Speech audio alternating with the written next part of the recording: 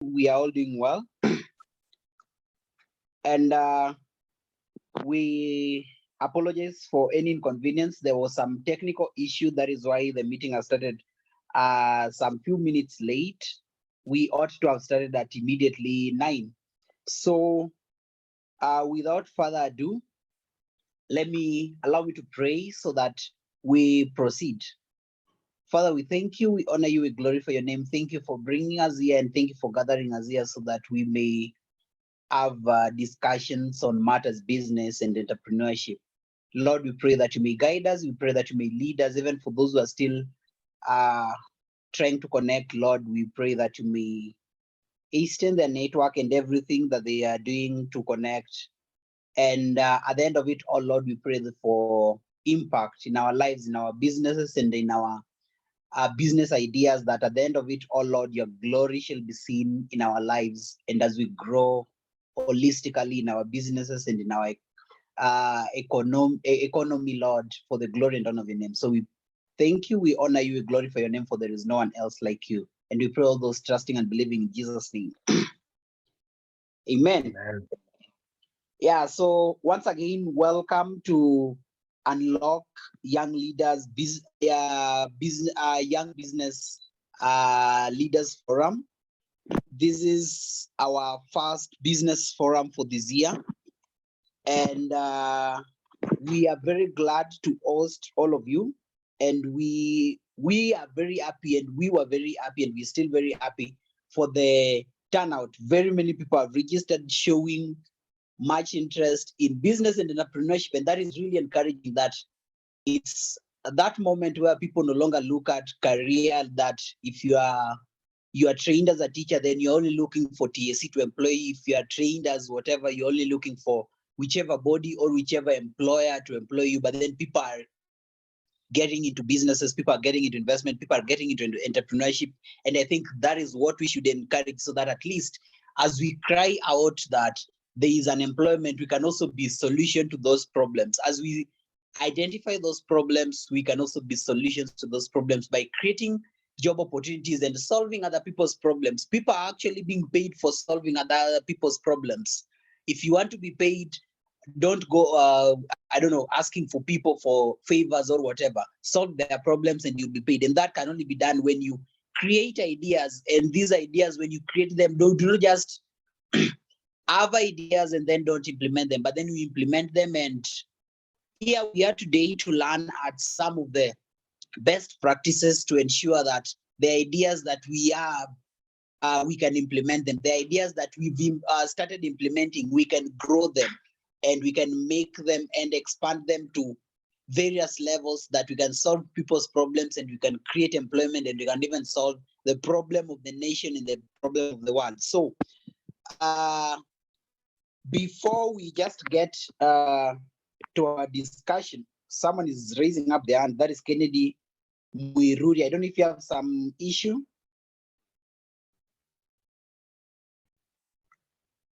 Probably you can text, because I can also see they have not connected their audio. So you can text. So once again, welcome. I'm going to pick some few individuals to tell us their expectations before we turn to the speakers.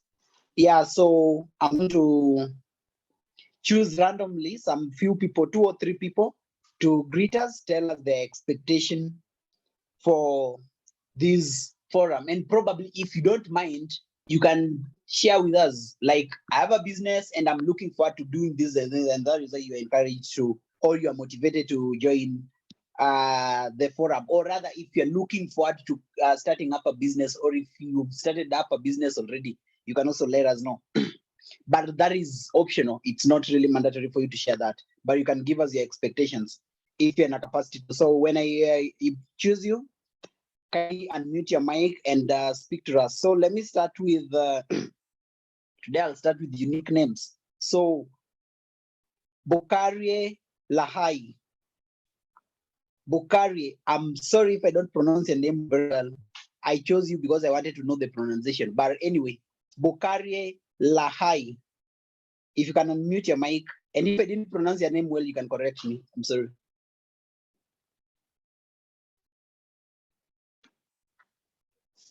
Someone joining by the name Bukari Lahai.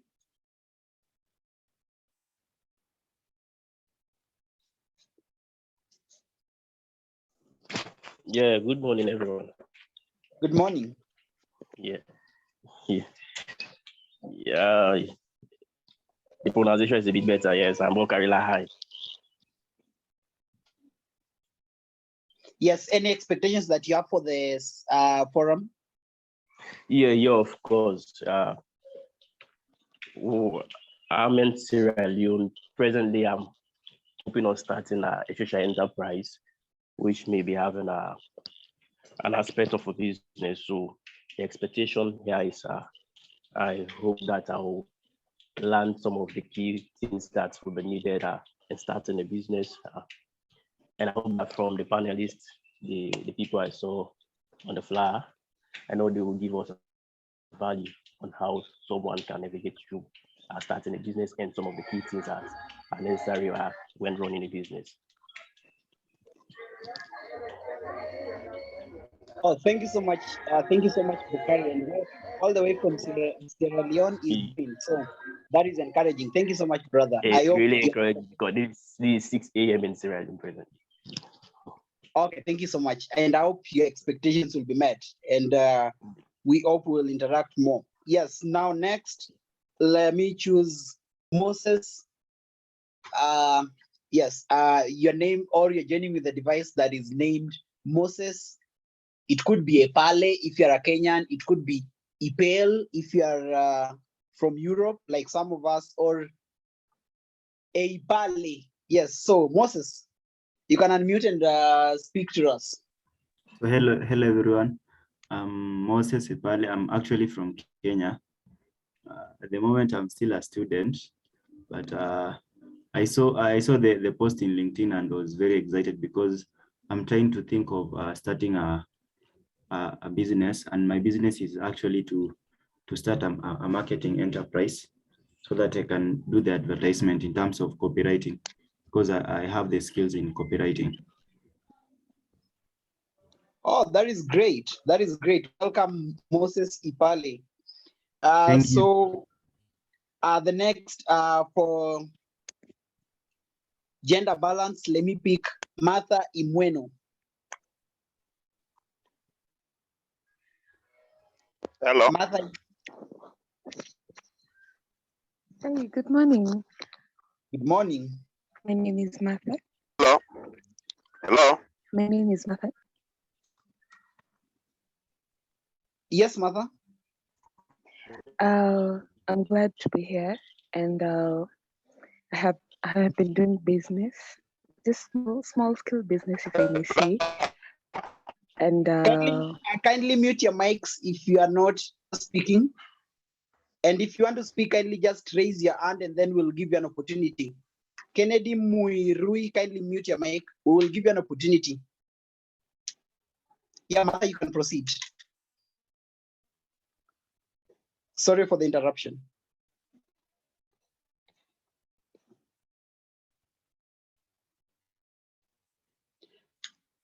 Martha, you can just unmute and proceed. Sorry.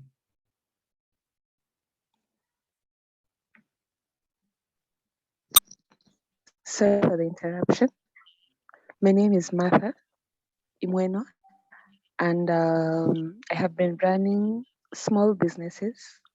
I have been trying whatever fits my niche. And today I'm in expectation that I'll learn more, partaking to what I do, and I'll also learn more from what others do. And looking forward to have an interactive session. Thank you. Thank you so much, Martha. Now, the last person that I'm going to pick is, let me now pick a name that looks Kenyan, because at first I was picking names that do not look Kenyan. And by that is not discriminatory in any way. So if I call you and you're Kenyan, don't think like, yeah. But I was just picking names that sounds good. Okay, reads good. So let me now go to our native Kenyan names. A name that sounds Kenyan, but some people will surprise you. You have a name called Ogada Obila, but I'm not a Kenyan. Yeah, so I'm ready for surprises. Mwende Esther, you can unmute and speak to us. Tell us your expectation.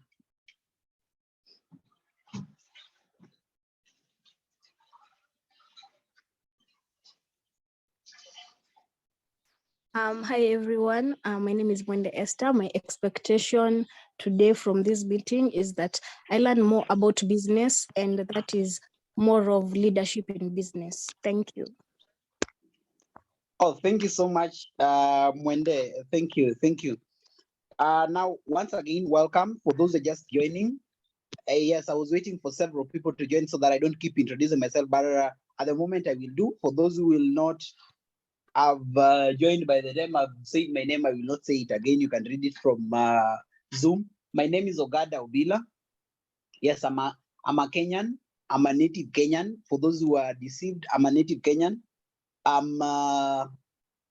What else? I'm the National Director of Unlock Young Leaders Summit. So once again, karibuni sana sana. Okanda, I don't know if our speakers are ready so that you take it over.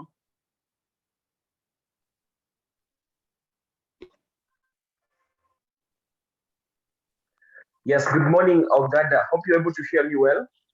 Yes, clearly. All right, I can see Brian is already in the room. So, and then Waithera, I've just talked to her. So Yeah. she's joining us. Yeah. She's joining us. Yeah. All right, Kennedy, please, you can mute your mic. I hope also our technical team will help us mute those mics that are unmuted. Yes, Ogada. So we have Brian Mwau already in the room. I think Waithera is yet to join us, if I'm not wrong.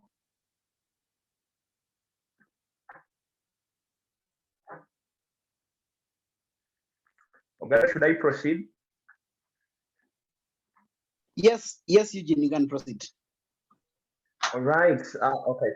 Thank you so much. Good morning, everyone. It's such an honor and a privilege to see quite a number of you joining us this morning. I know if you are within the vicinity of Nairobi, it's very cold, and that alone can encourage you to stay in bed for longer. But you have sacrificed your time, your resources in terms of bundles just to join in and listen in and take a few notes and strategies that will help you back up your business. So kudos to you. Congratulations for audaciously,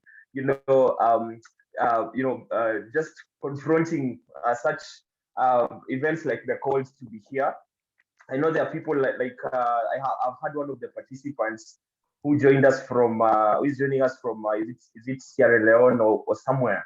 And I know there are people joining us from Congo and from West Africa. I know time difference is something. And I know it's very early in the morning there, but you have made it. You have made it to the room today. So I want to sincerely appreciate you. In case you are not hearing me well, let me know.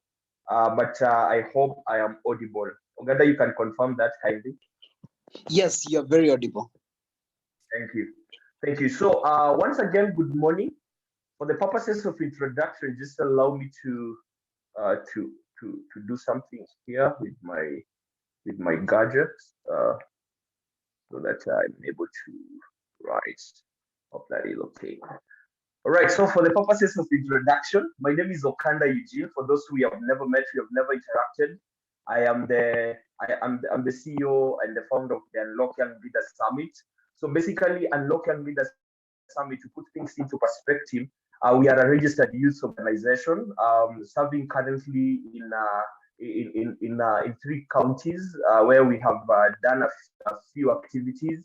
And we are registered under the NGO Coordination Board, and we do a number of activities, but majorly we spearhead leadership development through training young leaders on leadership and governance, also training young entrepreneurs on basic skills and the needed skills of running a business, and those who are also doing entrepreneurship. And also we do career workshop and mentorship. We do these activities and these programs in universities where we train student leaders of a few universities that you've been into. We also do this in high schools where we also do leadership trainings for high school students.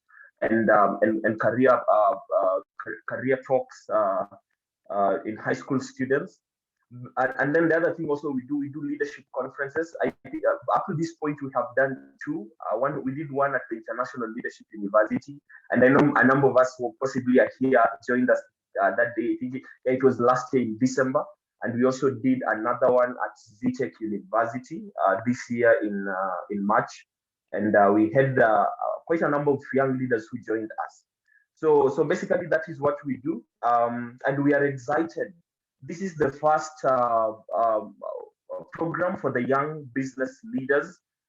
We call it the Young Business Leaders Forum. We understand and know, and we are keen to put it that every person who is running a business is a leader, because the entrepreneurial leadership that you need to to solicit so that you can continuously lead through tough times, especially the COVID-19 pandemic that we are coming out of, and leading through the storms. And I know those of us who are running businesses, you can understand it really takes a lot of courage to push through.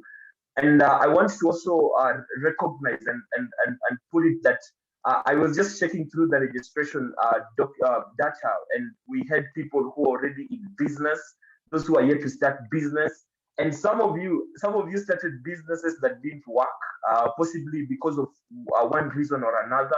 But today you have gathered your courage just to come here and listen. And I know Brian, someone like Brian Mwau, who has worked with a number of young people, understand the trends in business. So I pray that today this session will be of help to you.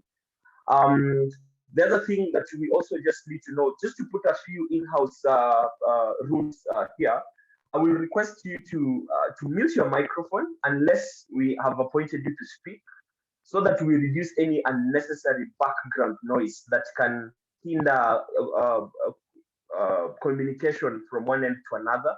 Another thing that I will also request us is that no feedback, no comment, no answer is wrong. We are all here to learn. We are all here to challenge one another. So if you have any comment, if you have any feedback, if you have any problem, please put it across and let us, help one another and analyze. But the other third thing is that let us rid ourselves of our titles. I know that some of us are young here, but we have made it through. So I pray and ask you that you just allow yourself to be in the room. All of us are learners. So if someone says something that it looks like hey, but they in a kaiko down kiasi, for those who are not Kenyan, that seems to be or not of standard. Don't look down on anyone. So those are just a few in-house businesses, in-house rules that I wanted to put across. So maybe Florence, you can confirm to me if Waithera is already in the room.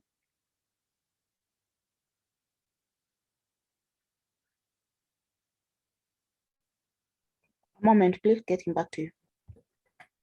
All right. Okay. Yeah, I think she's yet to join us. She'll be joining us very soon.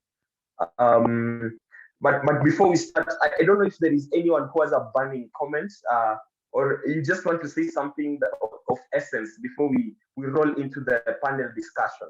I'll be introducing the speakers shortly. I know Brian is already here with us. I'll be introducing the speakers shortly. So possibly if you have anything that you'd like to share, to say, or maybe there's something that you just want us to know, so long as it's of its objective is intricated to this session today. Anyone, you can just lift up your hand. I'll be able to see from here.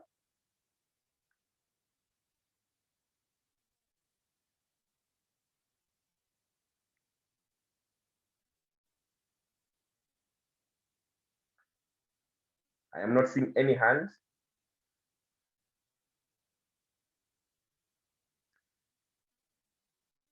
Anyone? One last chance.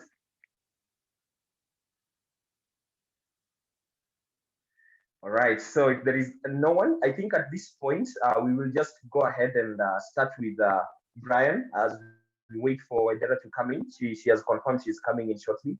But also, I know there are quite a number of people who registered. We had around 142 people who registered. So possibly some people will be joining us along the way. And I also want to recognize that we had people registering from around 18 counties. So it's a good representation of the Kenyan landscape. And also we had around 7 people joining us from 7 different countries. So we have also some international touch. So it's good to be here. So just make sure you you capitalize on this moment, and also you network with people so that we go together in the same move. Good morning, Mr. Brian. I think it's good to see you today. Ladies and gentlemen, we are joined in by Brian Wow. The other speaker will be joining us shortly. Just to say something shortly about Brian Wow. The first time I saw Brian Wow, I thought he's a preacher. You know, of course, I thought he's a pastor running a certain church somewhere. And then I go look at this guy on LinkedIn. Man, I'm like, what? And I was like, really? I think that should be the essence of life, because the essence of life we are called to worship. And I have interacted with him in a few platforms, and he's such a young man to look at. And as he normally says, he's going to be the president of this country. So, guys, it's a privilege to have a first-hand interaction with a potential president of this country. But before then, I'll just introduce Brian shortly, and then I'll allow him to say something about him before we launch into the discussion. So Brian is the lead developer and ambassador of Ajiri. I think he will also tell us about what Ajiri is and what he does there. And he's also the lead cybersecurity at the Tribus TSG Centrum Investment PLC. I know most of us, if not all of us, have heard about Centrum. So he's also just going to tell us more about that. But one of the things I know about Brian is a staunch Christian and a young man who loves the Lord. So Brian, good morning. It's good to see you. I possibly guess that where you are, it's very cold. Yes, good morning, Naukanda Eugene. I'm blessed and highly favored. I'm happy to meet you and to meet all the 44 participants. Wow. And even my great brother from Sierra Leone and, all other brothers across Africa. I'm grateful to have this beautiful morning to just be able to come so that we can learn from each other, be able to share insights and, improve on our wits, because that is what will always distinguish us. So thank you again for this opportunity. Also, thank you for the entire Unlock Forum committee for setting up such an incredible move where we can be able to meet as young business people and be able to share insights, be able to share secrets and grow together, because once we grow together as a nation, conquering the world becomes a very easy task and a noble one. Sure. That is a tweetable comment there. Thank you, Brian. I also see Waithera has just joined us. Good morning, Waithera. I don't know if you're set. It's good to see that you're in the room.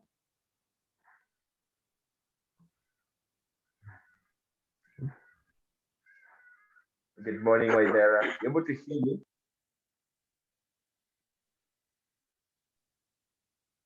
Good morning, everybody. How are you?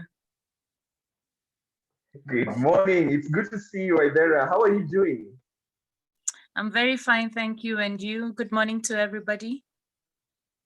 Thank you so much. Good morning. Wow, great. You guys can just respond to Waithera. I think she's saying jumbo to all of us. Good morning. Good morning. Good morning. Good morning to you. Good morning to you. Morning. At least we have a surprise. Right. Thank you so much, Waithera. It's really an honor to see you and just creating time for us today. These are young business leaders from a number of counties. As I mentioned before, we had around 142 who registered. So possibly a number of them will be joining us along the way. But they're joining us from different counties. In fact, from the data we had around 18 counties. And we're also having someone joining us from Sierra Leone and one from TZ and another one from Congo. They're just all creating time just to be here. So it's really an honor to have you today.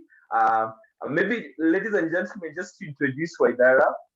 Waithera is the executive director of Alternative Africa. She's going to mention to us what they do and what it entails. I don't want to say something that is not in tandem with what they do. And then she's also the vice chair of ICT and Youth Board, ICT and Youth Board, and also chair of KEPSA Youth Agenda. And I know most of us, if not all of us, have heard about KEPSA. So she's also just going to tell us what she does.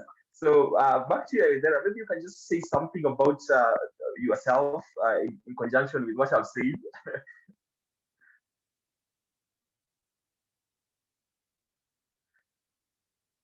Waithera, you're muted.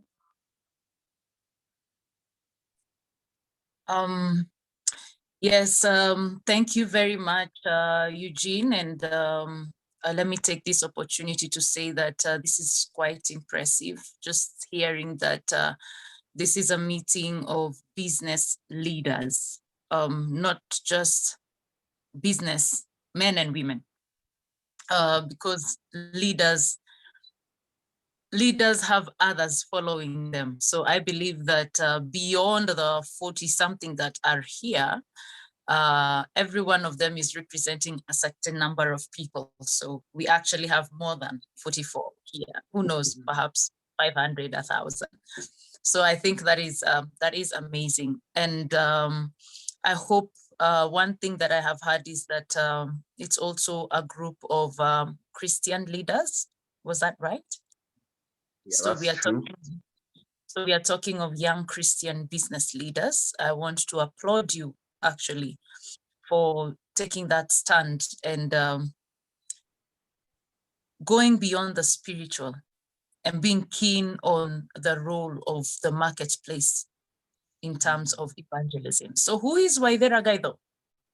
Waithera Gaido, I like to call myself in brief a youth enterprise evangelist, because and I like to put a hyphen and add Biblia na biashara, or Bible and business, because for me that is my assignment. My assignment is to help others find and walk in their assignment, as they also find, let me say, holistic soul and body healing. And the questions that were sent to me, really, I will respond to them from that angle.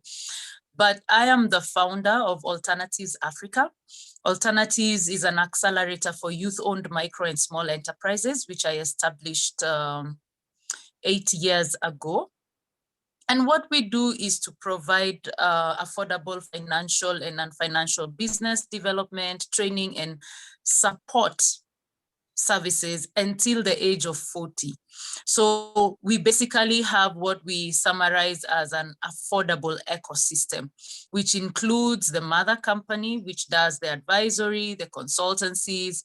We have a youth circle that is now actually established in 2015, has gone through a lot of storms, but is now very stable at the tail end of digitization.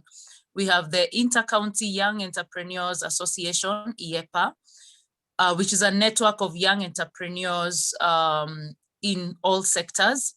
We also have the Alternatives Agro Hub, which brings together all young people in the agro sector. And then we have what we call probably our most popular, the youth economic,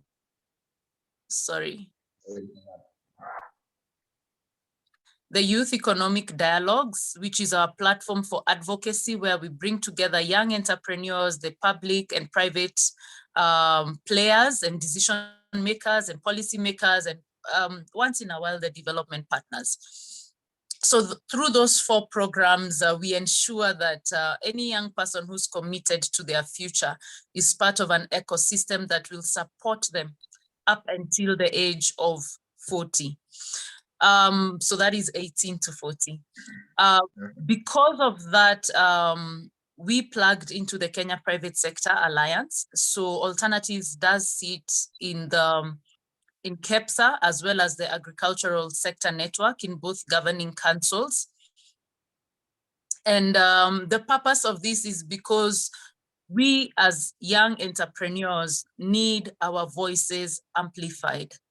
It's important I mention here a disclaimer that I am not under 35.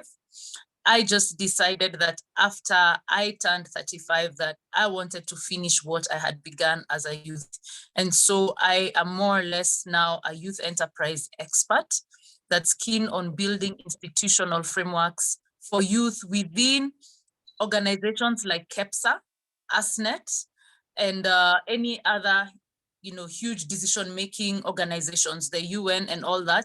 But at the same time, having a platform whereby if as young people, we disagree with our senior member of societies, we still have our own place which we can continue strengthening and building institutional frameworks. So I sit in KEPSA, as Eugene said, as the vice chair of the ICT and Youth Sector Board.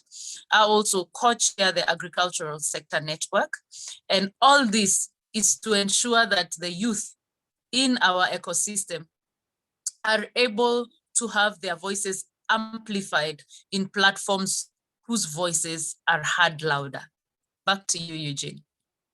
Wow, that's so impressive. That's so impressive. I really want to commend you for what you're doing and the bold steps you have taken and just trying to walk into the uncharted waters and coming back to hold the hands of the other young entrepreneurs. So guys, what other network do you want? Imagine all that. If you have questions about how do I get funding, how do I build my business, I mean, this is the place to be. And thank you, Waithera, for being so generous with the information. And I hope and pray that after this conversation, we'll keep having, those side chats and especially with all the entrepreneurs who are here, just to open them into that, sea of opportunities that we have.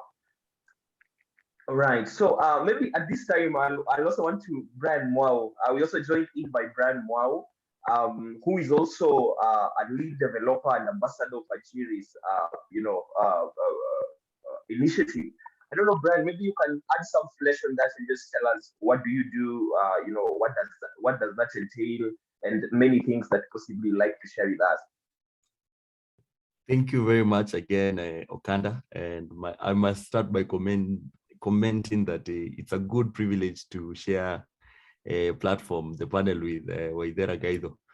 Back in 2 years ago, she was my judge in the top 35 under 35. Wow. And yeah, it's such a great, I don't know if she remembers that. But anyway, yes, as you mentioned, first, must say I'm born again and I love Jesus Christ as my personal savior. I must go back to when I got born again. This was in, I rededicated my life back to Christ. I grew up knowing that I'm born again, but I rededicated my life back to Christ back in 2017, October 9. And since then, my life has taken a different turn. And now, secondly, I'm the lead developer of the Ajiri application. And what we do in Ajiri is we link employers to their potential workforce, to their desired workforce. And also we have a My Hustle button where now we promote SMEs, or rather just small businesses to market, just to make sure that they have a wider market reach, where they can be able to leverage on our users, because at the moment we are close to 60,000 users, which is going to, the number is going to grow, multiply maybe 4, 5, 6 times in the next few months. So we normally give this online platform for small business startups and people who are maybe selling their talents and all that, to be able to, have a wider reach at no cost, because we believe once you are able to promote another youth and give them the opportunity to be able to sell what they have, and they're able to sustain themselves, they will end up unlocking more opportunities for more people. So that's always our approach. If you have the opportunity, give it to people and let them make something meaningful out of their lives. Secondly, again, I'm the cybersecurity division lead. Cybersecurity actually is my background. trained by the Kenyan government, to be precise, Kenya Defense Forces for 6 months. And you have a degree. Yes, and well, yes, I also have a degree in Bachelor of Science in Information Technology, and of course, I'm also keeping my graduation photos. So, so yes, and yeah, my background again, as I mentioned, is cybersecurity, and this is a field that I'm still very new into it because May this year I celebrated 3 years since I joined this career, and it's been quite an intriguing career where you get to meet new opportunities and new people, and just realizing out of Africa, or rather out of Kenya, we can be able to come up with innovative ideas where we can be able to protect ourselves. So majorly I'm focused more on protecting confidential data in the corporate sector and also in the banking. The government, but we also have government, some of the colleagues that we went for the training with who are in the government. So both the government and the corporate, they intermarry, because once there's something that in the corporate, we believe in speed. In government, they believe in creating a very good platform that can be able to sustain other startups or other organizations, giving that enabling environment for other businesses to be able to run. So that's my core. And thirdly, do I have a third one? Yes, thirdly, I'm a leader. I'm not a self-proclaimed leader, but why do I say I'm a leader? I love reading. One of my bishop, who is my mentor, he says, leaders are readers.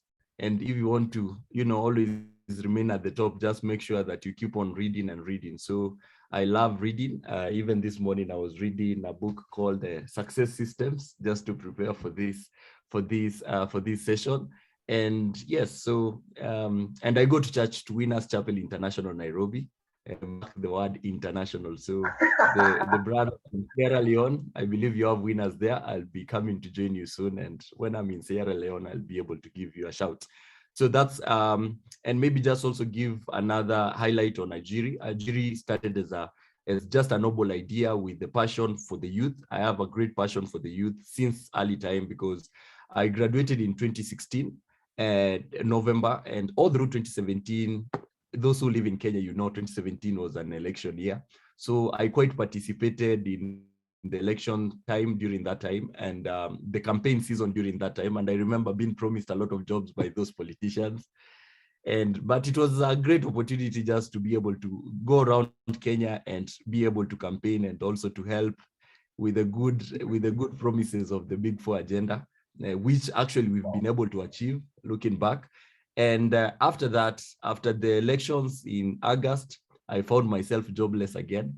And out of that, me being jobless the entire of 2017 is what created a great passion for, I had to change my prayer, because I asked myself, I've been praying to God that I get a job. Or about, I changed, how many other youth are praying this same prayer? So I changed my prayer and I started telling God, God, may you bless me that through me, you will be able to provide job opportunities to other youth.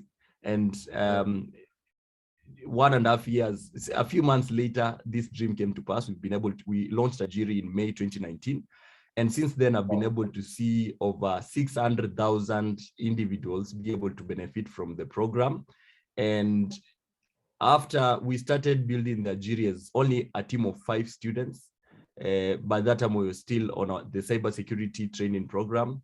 And within less than 7 months, we had employed 100 more youth just to work for the platform. And I must comment again that we've been able to get support from the MasterCard Foundation.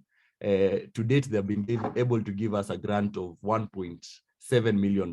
So we'll be getting to that on how can you ideate and be able to finance us and be able to impact. Thank you.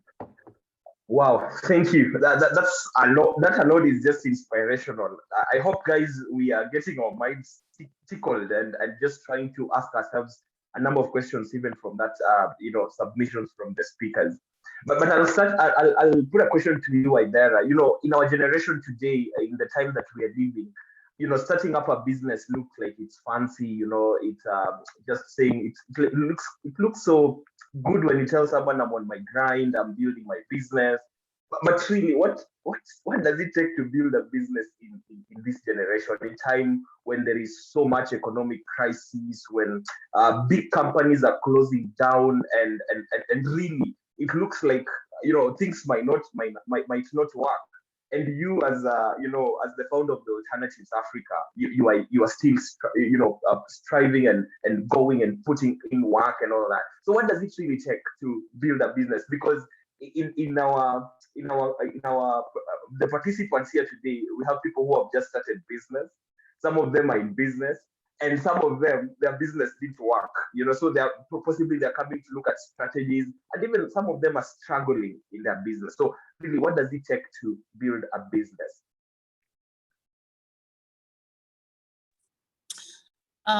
Thank you very much, Okanda and Eugene. Not Eugene, Brian, it's definitely once again very good to reconnect with you. Yes, I do remember the Youth Agenda Top 35, under 35. And it's just good to see that that you've grown, and that is not something to take for granted. And I hope that perhaps after this we can explore avenues of collaboration. Yeah. Yes. So I was thinking about the questions that you asked me to respond to, and I went back to when I started Alternatives. I don't even call it a business, really. It's more of an assignment, First and foremost, I'd like to say that my background is not in business. I have no academic or professional background per se in the private sector. My background is in international relations, both my degrees, and pretty much all my life I've worked in the public sector, mainly the international organizations, specifically the UN, for 9 years. And therefore, the way I will respond to these questions may not be how you expected, but I've been in this space now for over, I can say, 15 years progressive. Okay, I've got 15 years of progressive work experience, but running Alternatives and working with young people, right from those in the slums, those in the suburbs, those from, the rural areas. And above all else, knowing that this is an assignment. It's not how I didn't get into it to make money, by the way. I didn't come from a space that looks at things from terms of money, but from terms of impact. But by that time, I had recognized the place of profit in making impact. And that's why I registered Alternatives as a limited company by guarantee rather than just a full-fledged NGO.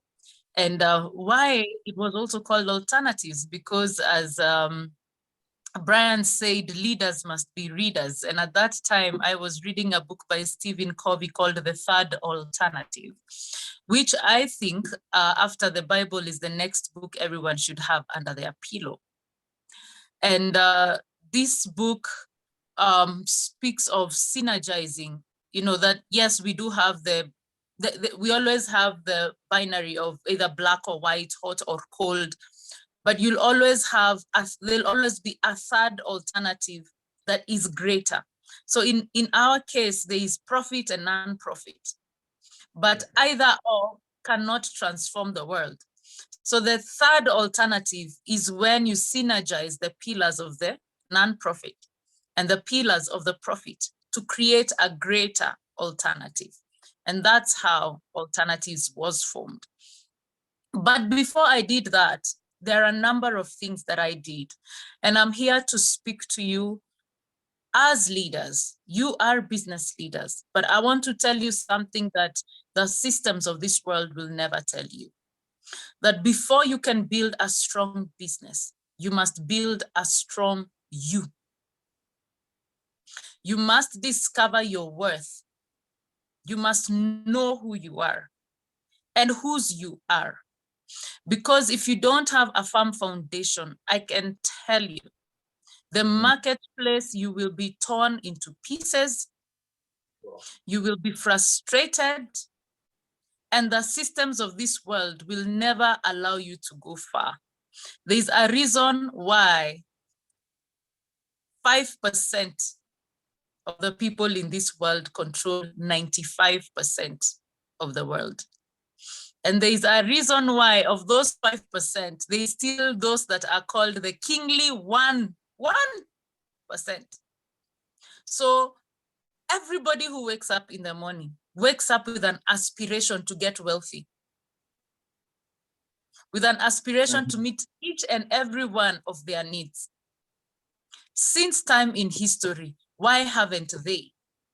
And those are questions you need to start asking yourself so that you get to know what battle you have to first fight before you think of just networking, partnerships, financing, and all that. I built alternatives even after having over 10 years of experience. Being the, what was I? I was the advisor to the chief of water in UN Habitat. I thought money would flow to me. Resource mobilization advisor, FYI. For the private sector, why wouldn't I be able to raise money for alternatives? Guys, let me tell you, the first 5 years of alternatives, is it 5? Yes, 5 years. I was not given a dime by anybody, nobody. Wow. In fact, I remember being taken to, in 2015 by quite an established policy organization to another organization that gave money to organizations like mine. And they were like, wow, we've never thought of economic governance. This is a really, really good idea, Waithera. And the lady looked at me and told me, but Waithera, who knows you? And I was like, what do you mean? I mean, if it's legit, what do you mean, who knows me? And I recall again, probably 2015, listening to someone speak about youth empowerment, development, and man, the guy spoke with passion. After the meeting, I approached him and I'm like, oh my God, that was so inspiring. You know, he looked at me and asked me, Waithera, please, come on, let's be real. Who cares about the youth?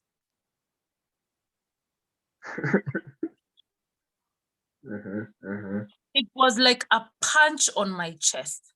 And I realized all this is just fake.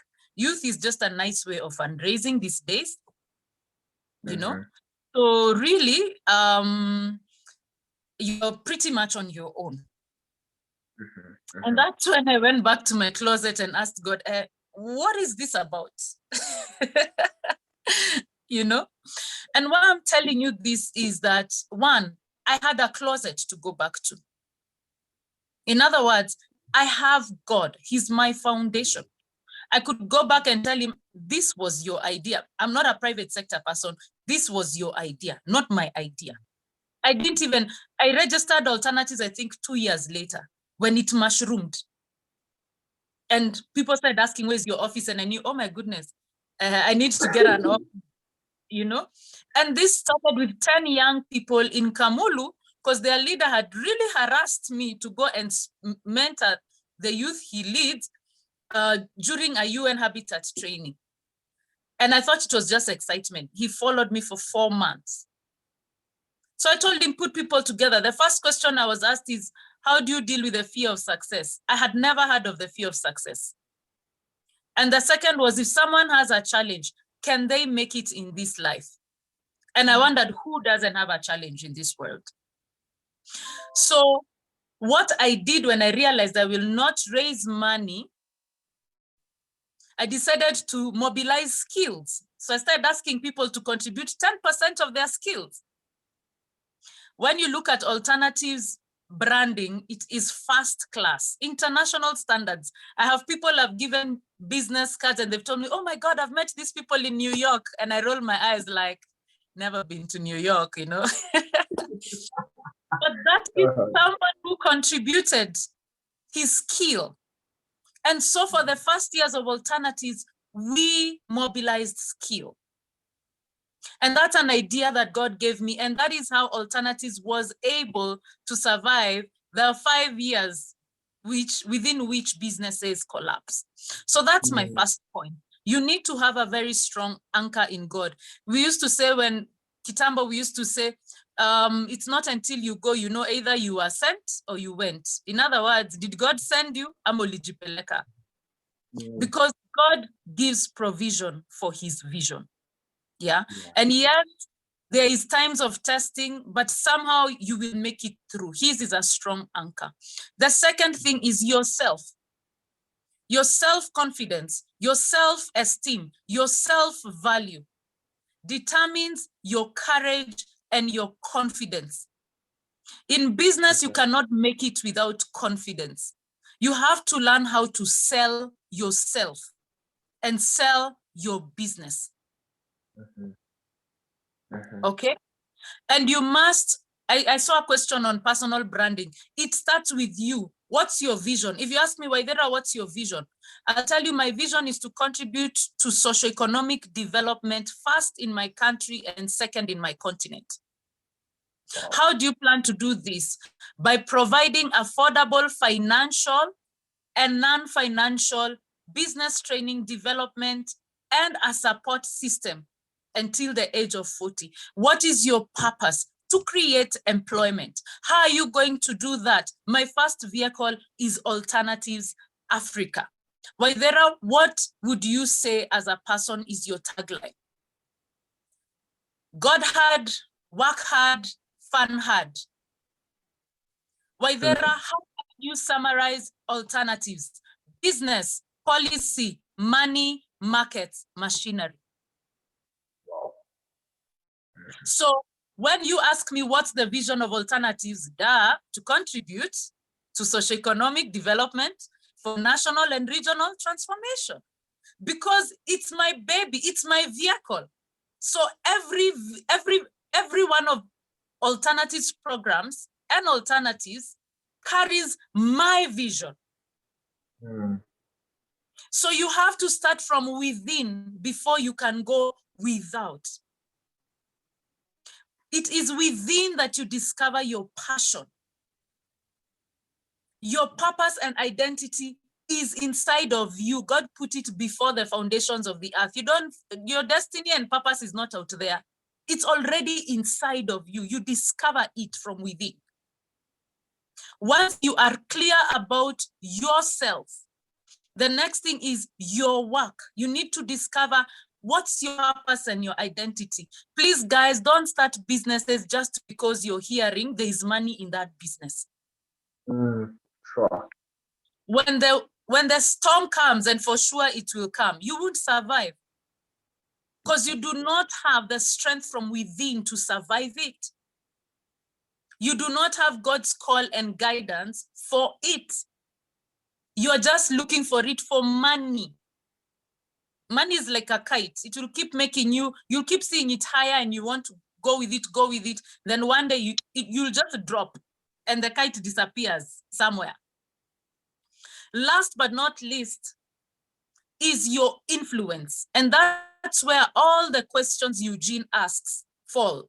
Because once you're clear about your worth, once you're clear about your work, which is your purpose and your identity, what gifts, what talents and skills have you developed in order to fulfill that purpose and identity? You move to your how. And that how is where you start. By this time, of course, you've established an alternative of your own, or you've gotten a job. Because guys, it's important to know you don't go to school to get a degree or certificate so that you can get a job. That's not why you go to school. That's not why you get an education. You get an education so that you can gain knowledge that will help you contributing to solving the problems and gaps in society, and then get rewarded for it, either as profit, professional fees, or a salary. Those are rewards. They are not your why. And so you will establish based on your purpose and identity. And then that's when you start looking for networks. That's when you start looking for money. That's when you start looking for partnerships. That's when you start looking for institutions and associations to attach yourself to.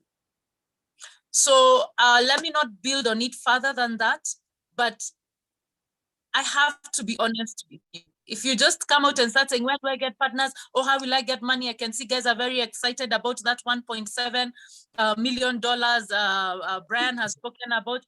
I can assure you it wasn't given to Brian. It was given to an institution. I know MasterCard very well. It was given to an institution. Is your business an institution? Does your business have even 10 million? Let's even say 2 million. Back to you, Eugene. Wow, those are tough kickers that you have just dropped there. And I want to say that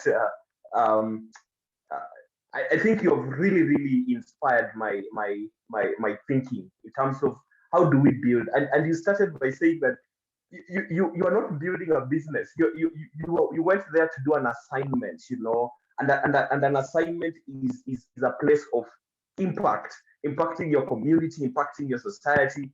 And I love the four things you've mentioned. And you started by saying having a strong anchor in God, because I think that is very important for every individual. It doesn't matter whatever you worship, but it's very important to have a strong anchor in God, because it comes to a time when you call yourself back to order. And then I love the aspect of mobilizing skills. In fact, at this time, I just want to say, for the 3 years we have been building the Local Leaders Summit, I really thank God for the 15 young people I work with. I don't pay them anything, but these guys, you know, they leverage on their skills to build impact even in the lives of other people. And that has really hit me so deep, just to understand that. And I don't know, guys, what you are picking up from this conversation. I just like to ask you to drop your comment, drop maybe 1 or 2 sentences that you are going with, and let us be people who are writing notes, so that after this conversation you go back and, you know, just try to ask myself, how do I put this here? How do I plug this to this place? Now, at this time, I'd like to, bring in Brian. There's something Waithera, you have talked about building value for yourself. And then you went to say that, of course, after building value, that is understanding, connecting to your, destiny and purpose. And then it is through that virtue that you start influencing. And you cannot start influencing from an empty space and a place of void. So to you, Brian, they say that value attracts value, and it's until you have built yourself, just as Waithera was telling us, then you're able to connect with the right person. So how do we leverage? Because it's also a danger when most of us young people, we think, I think I can just manage it by myself. Being an island of your own and building a business of your own, and you don't want to, partner and connect with people. So how do you identify, after you have built your work, after you built your value, and you understand the system of your work ethics? How do you connect and start building partnership and purpose-driven partnership? I'll start by saying that your overall state in life is a direct function of the state of your mind. And also, I don't know, I think I should repeat that. I'll start by saying that your overall state in life is a direct function of the state of your mind. And every star is a thinker. And every thinker is a potential star. Every star is a thinker. And every thinker is a potential star. And also allow me to say that without a mind, no one will ever mind you. Without a mind, no one will ever mind you. And only men with a sound mind will draw the attention of others. Only men with, only men with a sound mind will be able to draw the attention of the others. Why do I say so? Schooling is a career. We all went to school. We all went to universities. Schooling is a career.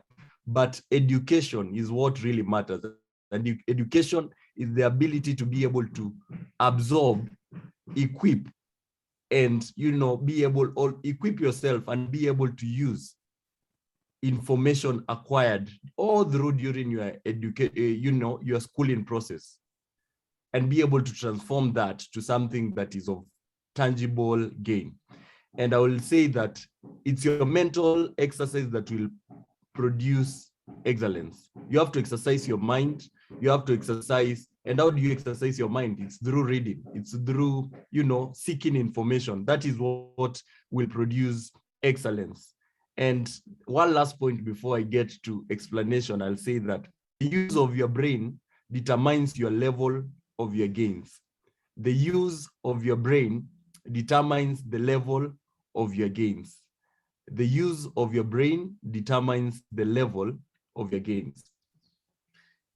Again, we all went to school, as I've said, and going to school, I always take my experience looking back to starting my early school age. I went to boarding in class 4 in a school in Makueni called Holy Ghost Mission, Vitale Boarding Primary School. I was there for 4 years. Then after that, I went to a provincial school in Kitui, that's still in Cumberland. My brother from another country, Tanzania and Sierra Leone, that's where witchcraft is. They believe so. That is what they say. It's not me. They say that's where witchcraft is, whatever. But anyway, we don't believe in those things because we are redeemed to be, from another kingdom. Anyway, I went there for 4 years in St. Charles, Luanga. And after that, I went to university, JKUAT current campus. And one thing that I realized looking all through is, the ability to be able to connect with people from different cultures, different backgrounds, and appreciating them as a package, appreciating each one of them with where they come from, or rather with how they've been brought up, and be able to learn and be able to pick some of the, and I'll be honest to say, some of the great partners I have today, I can trace them either back to a few, very few, very, very few from my high school, very minutely few, maybe 2 or 3 from my primary school, but most of them from university. So anytime you find yourself in a culture where you get to meet people, always get to know what they do. And my model was always different, especially when I go to university.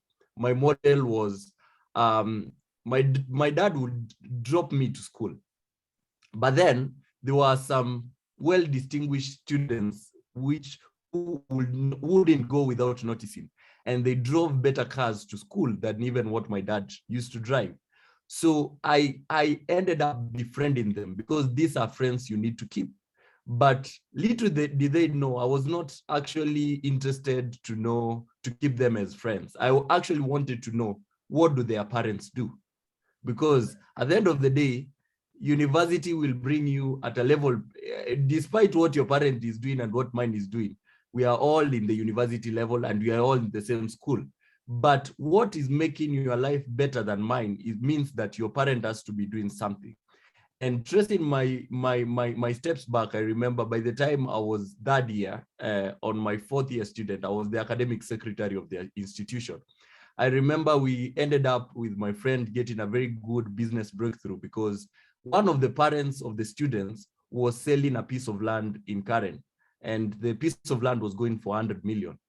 And my friend, who was a lawyer, we negotiated with him. I gave him the advice and moral support that he needed. And we were able to sell that piece of land of 100 million Kenya shillings to a willing buyer who was willing to buy that land at 100 million. But we were able to convince the person who was selling that piece of land to sell it at 80 million. And that's how we made our first 20 million while I was on my last semester in the university. So business will always present itself in opportunities, and you have to have the ability to be able to interact boldly with your friends. But don't be deceived by how they present themselves or who they look, or because opportunities, actually most of the greatest opportunities they are concealed in people who tend to look very humble. I can tell you, this kid's parent who was selling the 100 million was not among the kids who would drive to school.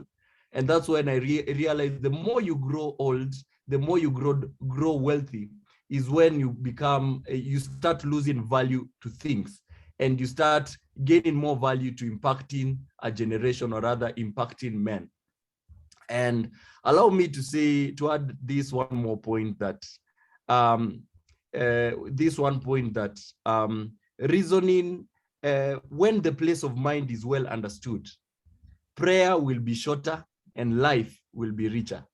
When the place of the mind is well understood, prayer will be shorter and life will be richer. I know, especially the African community, we've been raised in a culture where we are very religious, and we forget religion religion is like a cult. What actually you need to be more is be more spiritual and I like what Waithera has emphasized on. She said that you need to start building your inner self, and that is now spiritual. Don't do something because people don't go to church, wake up and go to church because someone is waking up to go to church. It's a good thing to follow their example, but just don't do it because you have something inside of you that is driving you, and you are well connected with God. And that's why I've said, when the place of your mind is well understood, a prayer will be shorter and life will be richer. So don't always pray. Always, the Bible actually says, always, the only best way to identify angels can identify a human being is a prayer, if the human being prays constantly, because the Bible says pray without ceasing. So in that dimension, I think I've started unlocking my preacher. So in that angelic dimension, they only identify humans as if you are prayerful, then they can say this is a human, because we have been told to pray without ceasing. But also after praying, you have to need to put, because also God appreciates the part, the way you are able to build your mental stability, or rather your mental conscience. And then one also very important thing, you need to have a vision. After you've been able, people will only come to you as a result of the vision that you carry. Ajiri started, Gaido was very right. That money was not given to Brian, and they told me, Brian, we found that you have a very, no. They had to see the vision. And once they see the vision, what is your company? Because your company, and the company here, I don't mean that an enterprise, but a company here, I mean a group of people who have the like-mindedness. A company, you will only be able to have a company as a result of the vision that you carry. And people who have visions that are aligned will end up becoming people of the same company. And what is actually vision? Because most people don't understand what vision is. Vision is the unfolding of a divine plan. Remember, as a business person, always remember that there's that which you are born to do. There's a divine plan for yourself. And you being able to know what is your divine plan, or rather your divine purpose, that one is a different story. That one, now you have to, search yourself and seek the face of God and ask God, why am I here? Who am I? And I can reference to you people a book that you can always read in case you're still finding your purpose. Go look for a book called Purpose by Miles Monroe. That is a book that I read through those books, that book between 2017 and 2018. And that book unlocked my mind to be able to understand what is my vision. And I was able also to know what are my strengths. I know I can be very eloquent, I can speak well, but now that I know I can speak, how do I build my ability to be able to articulate words so as not only to convince, but to convict someone any time that I'm interacting or I'm trying to negotiate for a business contract or something. So it's one vision that sets the pace for its destination. I believe we all, as business leaders, we all believe to be leaders in business. And a leader is someone who has the ability to see before others, to go before others, and also to do it before others. So you have to see first, you have to do it, and also you have to go before others. That is what will make you a leader. So it's one's vision that sets the pace for his destination, his or her destination. So for you to start, building on that business and making it be global, starting from a local point of view to a provincial local view to a national business to a continental and to end up to be a global enterprise. It's your vision that actually will set the pace for you to be able to achieve what is your end goal. And I always tell people, don't focus. Already people, there are so many products out there. And the bad thing with producing this product, like a cup, the price range is always very easy to guess. The much this cup, any wealthy man can buy this cup is maybe $50. And even $50 for a single cup, that's too expensive. But the moment you transform and you say, yes, people are making products, but how can I leverage on their products to provide a service? And I start selling tea. You'll find that you'll go to an expensive hotel and one cup of tea. The other day we went to one 5-star hotel in Nairobi, and a cup of tea was going for 1,500 Kenyan shillings. That's around $15. So, and you realize the value that tea has been put in that cup. The cup even was less than maybe less than $5. So leverage on the products that people are making and then transform that, make it as a service, because a service is very hard to equate. Because I'll tell you, I only charge my service, I charge it $5,000 every single minute. I don't negotiate about it. And you realize you'll keep on making more money. Look at the most richest, wealthiest guys in the world.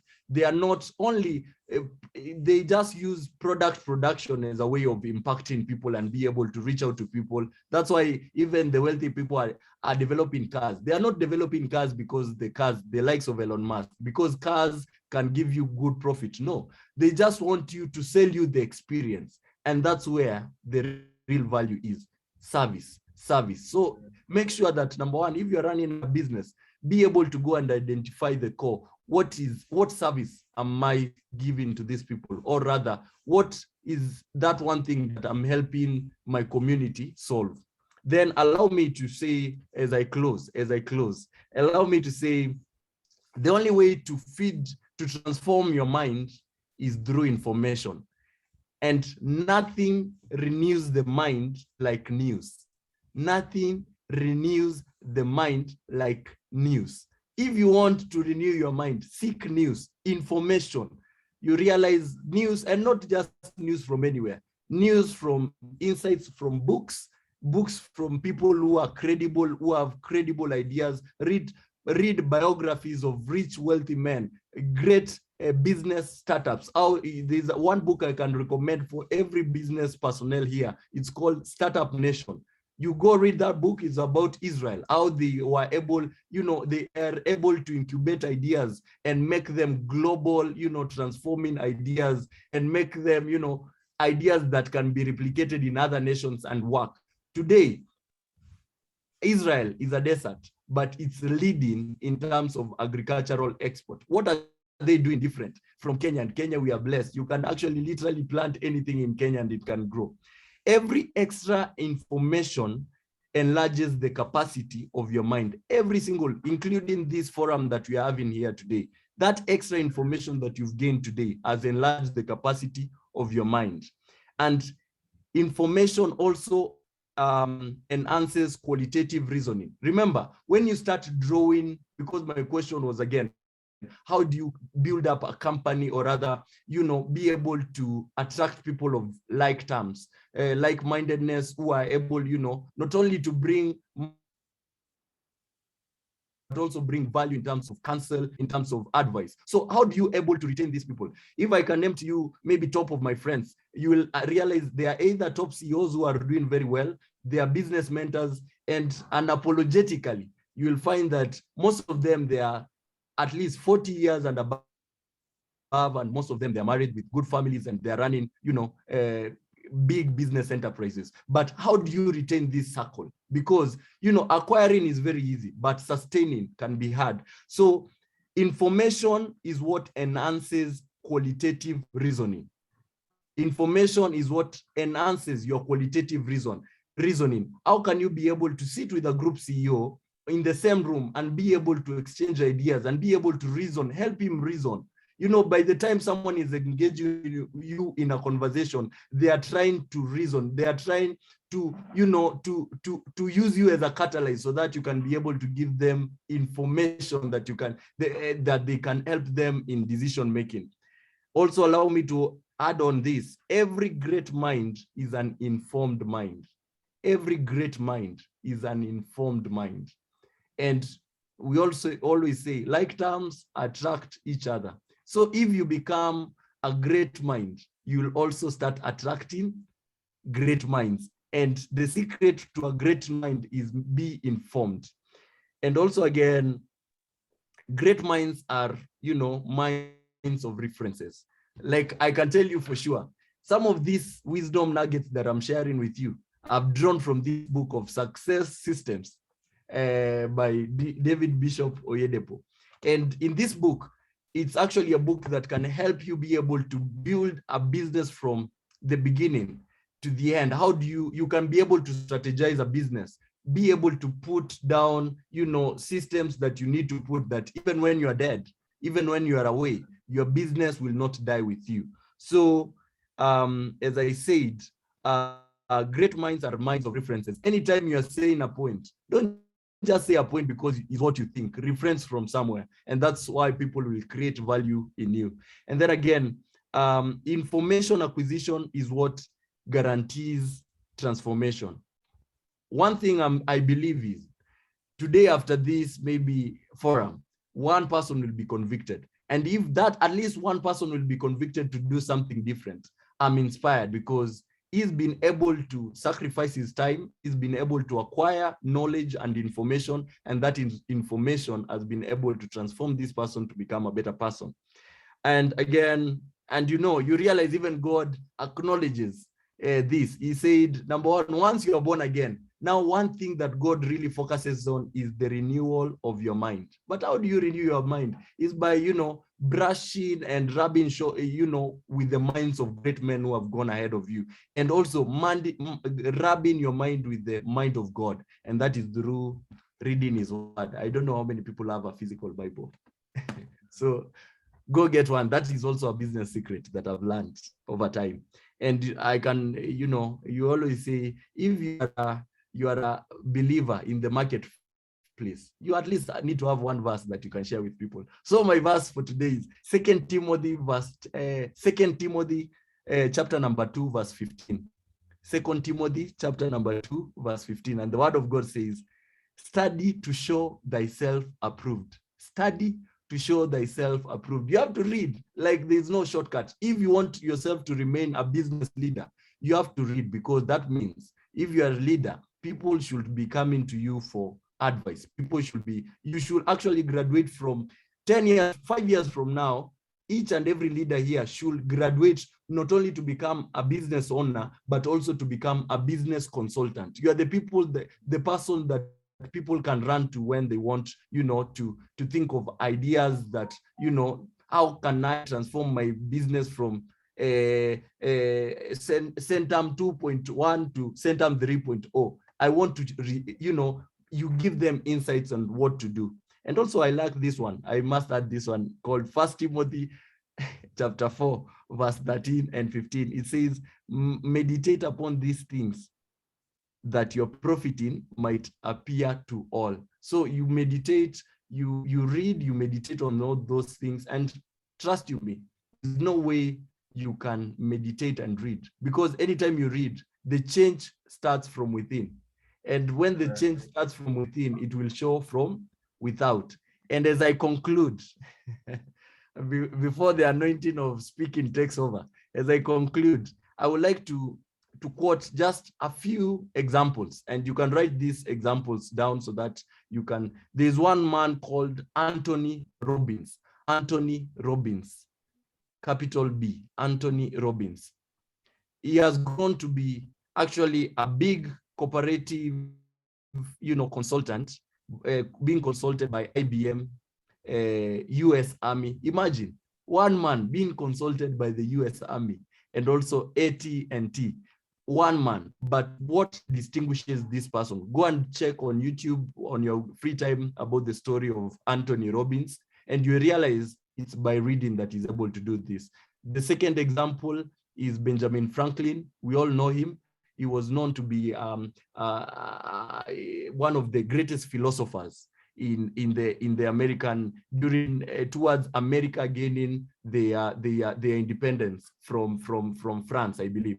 So this one man was able to negotiate for America with France so that they can give them support during that fight. And that is what led to the independence of the United States of America. That is just taking you to the history. So again, as you are reading, you have to go back and look at, similar men who had outstanding results and what they did in difference and what has placed them. And you realize, as I conclude once again, you hear good speakers, or rather great business people, will always conclude 3 to 4 times before they finish. But on a serious note, nothing dignifies like light.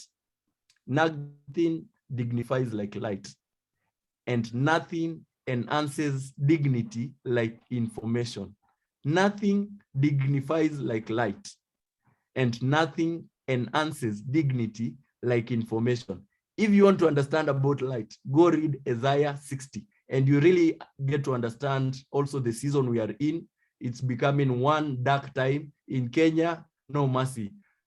Our fuel is just about to hit 200 shillings. That is around $2 per liter. And it's coming. It's coming. So will you be part of the people who are complaining, mafuta imepanda, everything is going up? Or you are the person who will adjust and even tell God, thank you, because this is an opportunity for me even to drive a bigger car, so that the moment people will be coming to me and they ask me, what is your secret? Number one, before giving them my secret, I will tell them, number one, I know God, I'm born again. I love Jesus Christ as a personal savior. Can I give you a ride as I share with you, insights? Because again, remember, as you're complaining about 1 liter of oil, of fuel is $2, remember there's someone who is flying a private jet. So honestly, how can you be saying 1 liter is okay? I don't want to be mean, but the thing is, just know that anytime you're complaining, someone else is riding on your complaints as a testimony. And lastly, every leader is a successful leader. You want to remain significant as a business leader? Remember, every leader is a successful reader. And every successful leader is an avid reader. So even when you become successful, make sure you become an avid reader. Those are my remarks for now. I'll put a comma there. Wow, so incredible, like so incredible. Thank you so much, Brian. And that is quite something. I love the statement that you say that nothing renews your mind like news. And I think one of the young entrepreneurs that has really revolutionized my way of thinking, and is a man I've been following and listening to, is the great, the Black Dragon, Musi Tembekwayo. I mean, he talks about you have to keep yourself updated. You have to be a current, entrepreneur. You have to be a current leader, because we are always on transition. Every day we wake up tomorrow and things are moving. And so if you just this augmented kind of a person who is not adding value to yourself, or sometimes you can be augmented in such a way that you're adding the wrong value to yourself. And I think when you say that statement, one of the things that came to my mind is, now what news are you feeding your mind? Because now if until you define that question, one of the things I've also come to realize as I've been building also just this organization together with my team is, people are attracted to your habits. The people you have around you is the definition of your habits. And so you can clearly and succinctly, define the people that you have around you by looking at the habits and the trend of events that actually you allow in your space. And powerfully put, you have brought the aspect of the mind, because people interact from a mind perspective. Have you ever been to a conversation and you're asking someone, can you add a point, and I say nothing from my side? Hey, my goodness. You cannot be an avid entrepreneur when you're just saying nothing from my side, nothing from my side. People who have read and people who have a different kind of mentality, they are people who always add information to what other people are also saying. So I don't know, I don't know what you're getting from this conversation, but it's so deep, it's so insightful, it's so revolutionary, and I pray that we are adding value to our lives this morning. So at this time, ladies and gentlemen, I will open up a Q&A session. I want you guys to ask questions and ask questions, give comments in the next like 15 minutes, and then we will be done. So you can just lift up your hand using the lift hand button on your screen, or you can type in your question. You can keep them coming just right now as we come to a close. But maybe as we do that quickly, I will want to ask Waithera to answer this question that has just come in. I know she spoke about it so eloquently that someone is asking this question. I think it's Phoebe. Phoebe is asking, "Hi everyone, how are vision, purpose, and dreams attached together? As a business oriented, are the three useful in this area of business?" Yeah. So I think the question is, how do you connect your purpose, vision, and attached together? Maybe whether you can answer that as we wait for more questions and more comments. Okay, so I'm trying to think of a simple way to respond to this. So purpose. First, have to start with definition of purpose. And yes, I'm unmuted.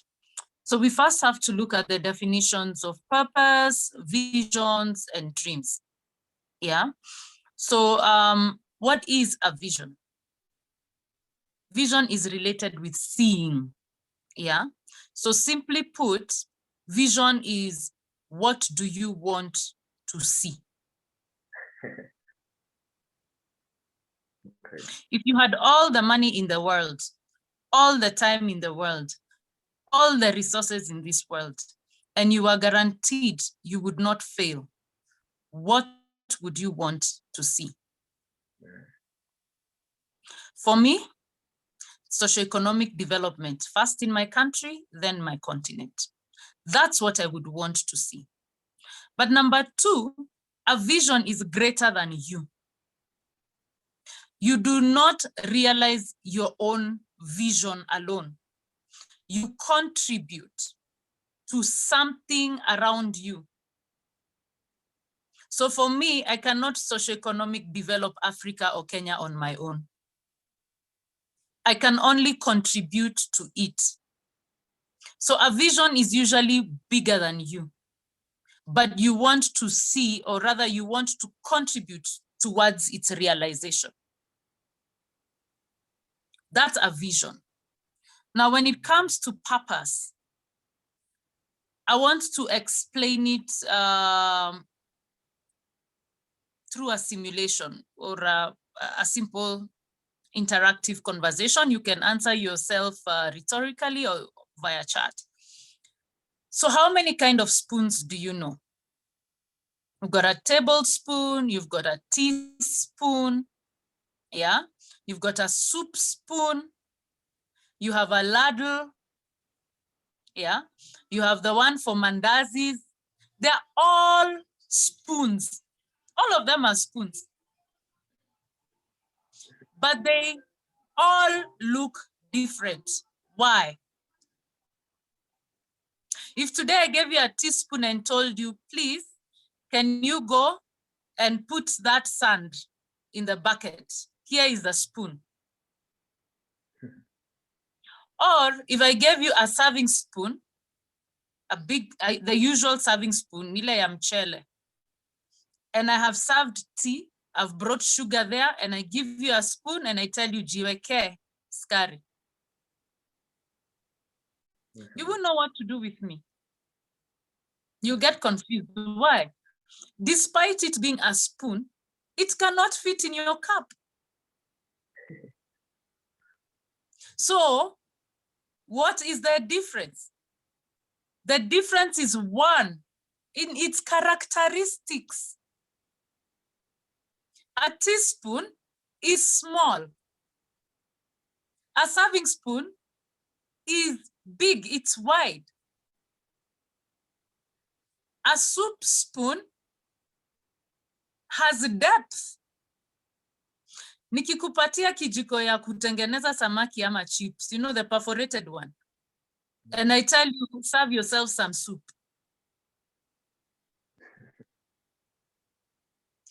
I tell you, but it's a spoon. You'll be frustrated. Why? Because it does not have the characteristics for the purpose I'm telling you to use it for.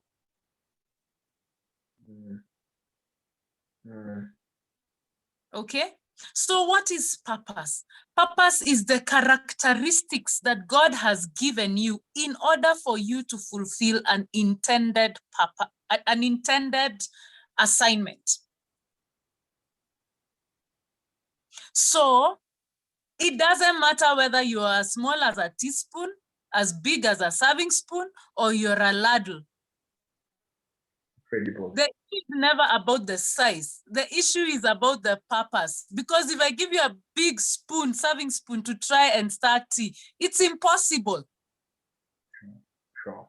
It's about your purpose. So there is no small or big purpose. There's only purpose.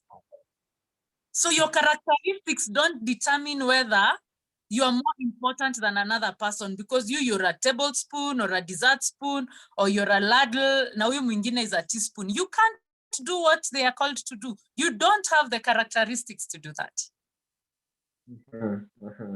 So when you're looking for purpose, you start looking inside yourself.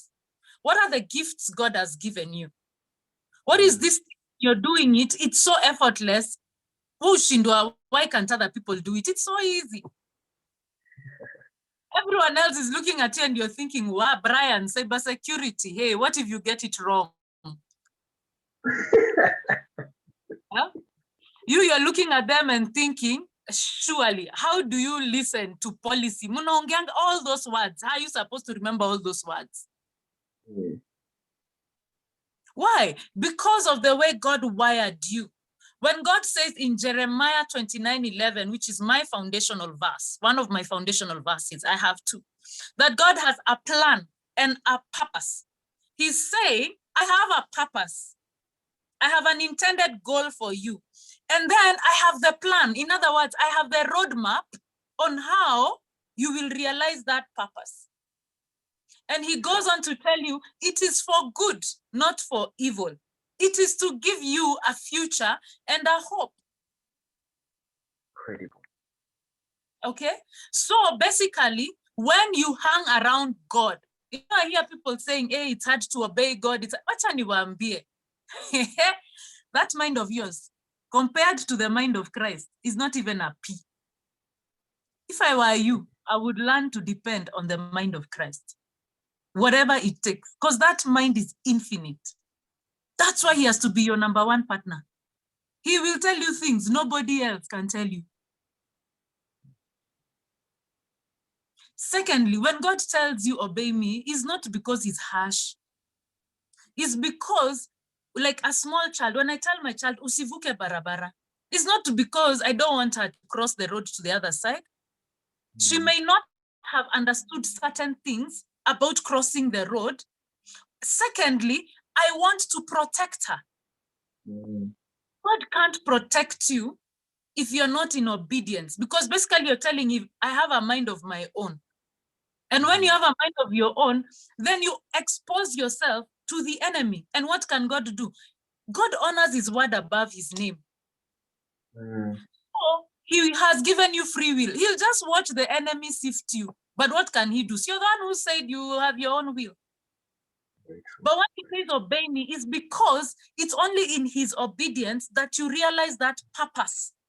And you get access to his mind for you to know the roadmap.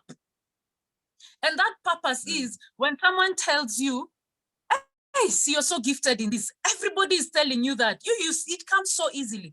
Two, when you're doing it, like I'm sure Brian will tell you, when he's doing those cyber things of his, he probably cannot remember how much time he's already spent on that thing. He looks up and it's already 5. It's midnight. Because time just goes. You are so into it. Thirdly, you keep postponing hunger for it. We all love our meals. You keep on saying, I'll eat after I finish this. I'll eat. Before you realize you've not eaten a whole day.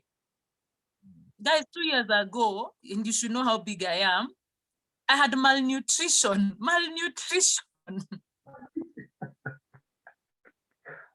I started having nerve spasms because I was living on chips and peanuts, telling my stomach, tulia, nitakula baadaye, tulia, nitakula baadaye, for over 3 years and sleeping 4 hours. Passion, it just comes naturally. What thing is this when you see it? It either really excites you or really upsets you. Those are some of the ways you discover your purpose. You don't want to see even one child on the streets. It makes you even lose your appetite. Everyone else is passing like, who cares? Hakuna mtoto kwa barabara, hata sioni. So guys, it's already inside of you. That is purpose. To access God's plan for that purpose. So what I'll tell you because of time is start asking yourself those few questions. Maybe Eugene will give us another opportunity and we can discuss. I do a lot of talks on purpose and identity. Yeah. Because when you understand you're a teaspoon, you won't start fighting to be a serving spoon. Yeah. Because you'll understand it's not about size. It's about purpose and the characteristics you require for that purpose. You will understand that it's not flour that makes the cake rise. It's that 1 teaspoon of yeast or baking powder, which could be you. So that's what purpose is. The last thing, which is a dream. Dreams and visions, sometimes people call them very close, and they actually can be. A dream is an aspiration. Something that you would love to see or realize. It's something that gives you a reason to wake up every morning. It's the same as a vision, but a dream can be yours. A vision is usually bigger. You know, like Abraham got a vision of different things, and well, God was telling him different things, but he told him, oh, by the way, he didn't even have children, but he's been told there'll be as many as the stars. He couldn't have done it without Isaac and Jacob. He only had, well, son of promise was one. You get, but a dream can be yours. Joseph's dream was about him. What he was going to do for the nation of Israel to survive. So those are the differences. And it's important to tell you that this is not something you discovered like that. Oh, now I know. It's a process. Many of us don't interact with ourselves. If I ask you, who are you? Many of you will tell me, I don't know. You just, you breathe, so you wake up. You know you need to make money. But every one of you is a nation. God told, what was her name, Rebecca, there are 2 nations inside of you. 2 nations. One ended up being called Edom, the other one being called Israel. And that's why I don't support abortion. You keep nations. Those are nations. Those are people of people of people of people. That's right. Yeah. So if you are a nation has a political system, an economic system, a judicial system. It has a way of life. You think you're a small person? You're not. You're a nation. My God, the things God says about you. And then God doesn't wait for you to discover them at, oh, now you've discovered, you know how to cook. He already put them inside of you before the foundations of the earth. Back to you, Eugene. Wow, that's so deep. Thank you so much, Waithera. You have demystified the 3 terminologies in a way that that is not found in books. I think I've read so many books on purpose, vision, and of course I've understood dreams, but that is not found on books. And thank you so much. I think there's so many questions that have come up, and our time has really lapsed. But at this time, I will bring in Brian. There's a question directed to him. And also maybe Waithera, you can just check through the chat box. There's some few questions. Possibly you can also answer them via chat. Someone is saying, Waithera, kindly continue. But we are going to have this another session next month. We are doing this monthly. So next month we are going to talk about crafting a vision board for your business, and we're going to have this too, just to continue speaking to us. I know they have already accepted. Thank you, Waithera and Brian. So there's a question here, Brian, from Jolie.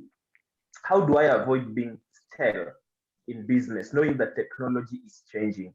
And I think same question, something close to that is there's a question that came from Samuel. Hi everyone, it's good to share great space with great minds in the space. My question is directed to you, Brian. Well, how does one achieve a state of flow? And it's that the same aspect of avoiding business stale. How does one achieve a state of flow in actually tapping into the capacity of transforming their minds through knowledge and information they get from books? Then secondly, how does one handle a setback that always affect their mental transformation? So possibly you can answer those shortly, and then Waithera will come and finish, and then we'll close this session. Thank you very much for the questions to Samuel and also the other person. Yes. Thank you very much for those two questions. And how can you avoid stale in business even during at times when everything, technology is changing every day? Just stay current. Stay current in terms of updating yourself. Know what is the latest business model that works. Be able have a keen ear on feedback from your customers, from your clients, because actually there's nothing like current. Current is it's just a reaction to customer feedback. So they give a feedback, then in software, or rather in mobile phones, what we do is once your customer gives feedback, you just go and patch. You do a patching to that software. So just be keen on feedback that you get from your people, because remember, for your business to remain, business is just like a relationship. The moment you stop listening, the relationship will start going down. So for you to have a good relationship with your clientele, or rather your customer, always have a listening ear. Make sure that, and also make sure you respond to what they say. Now back to you, Samuel. You've asked, how do you, or rather, be able to actualize, or rather transform your mind from what the information that, or rather knowledge that you acquire from books? The word of God says, many are hearers, but less are doers. And we are always told, be the doers of the word. Like what you've learned today, don't only listen, because listening without responding, you will become obesity. You have something we call informational obesity. And that is gaining information, but not using it. So once you hear something, and maybe I can give you my morning routine. I will start my day at 4 a.m.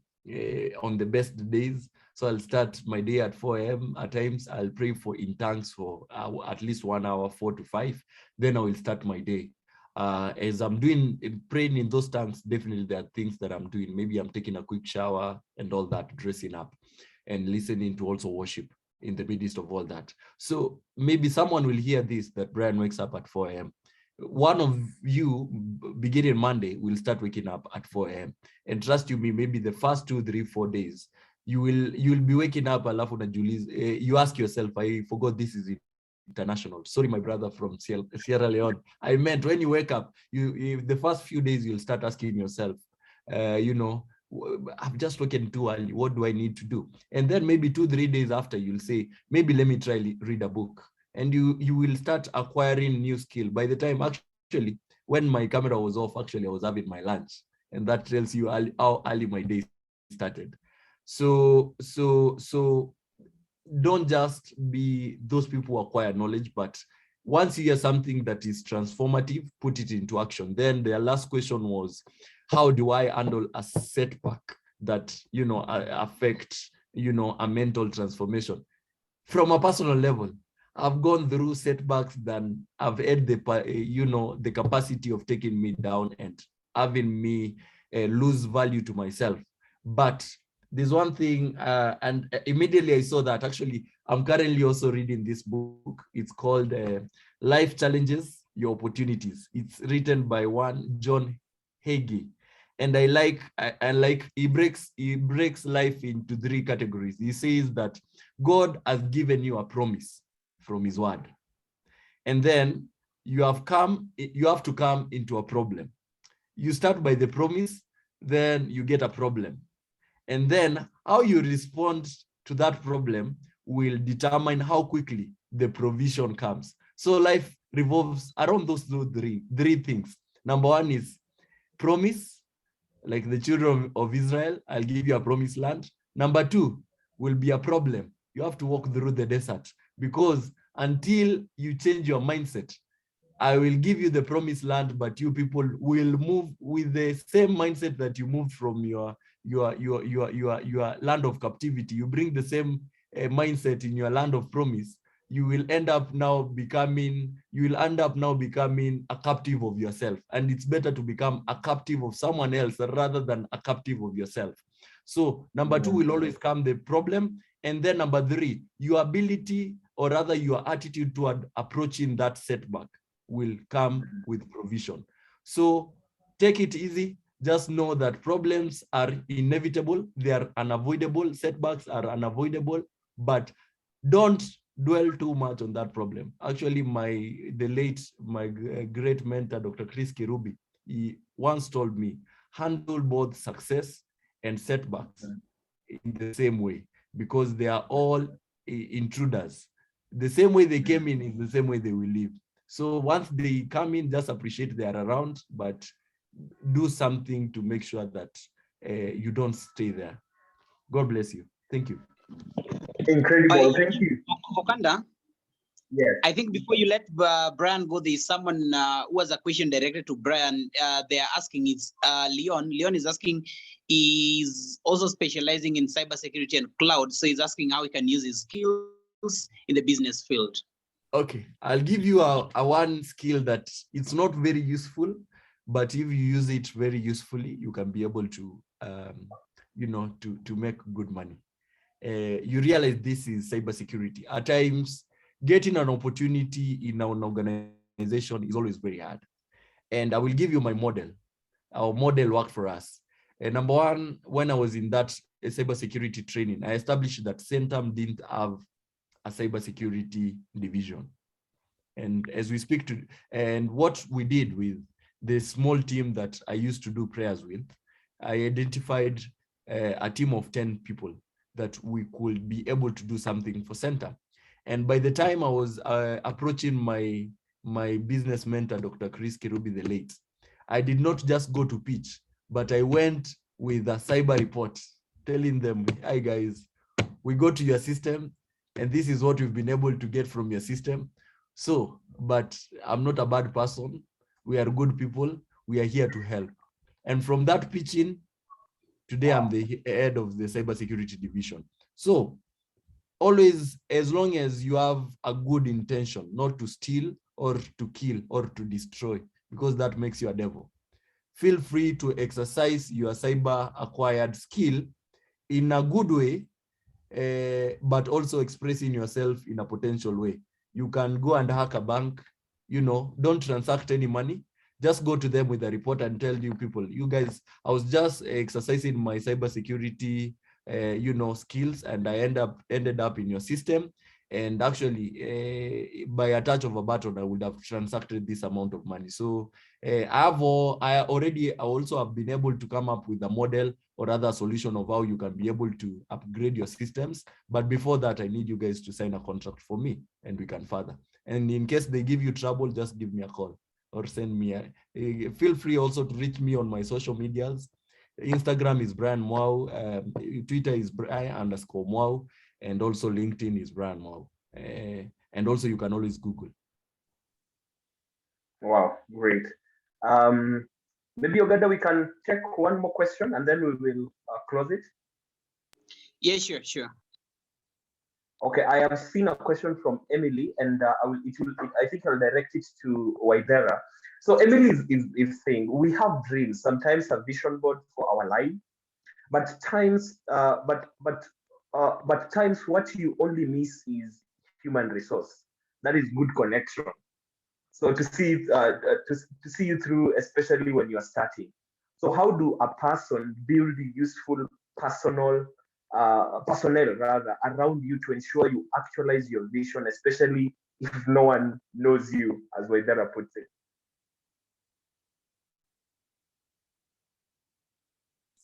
So I have gone through the charts.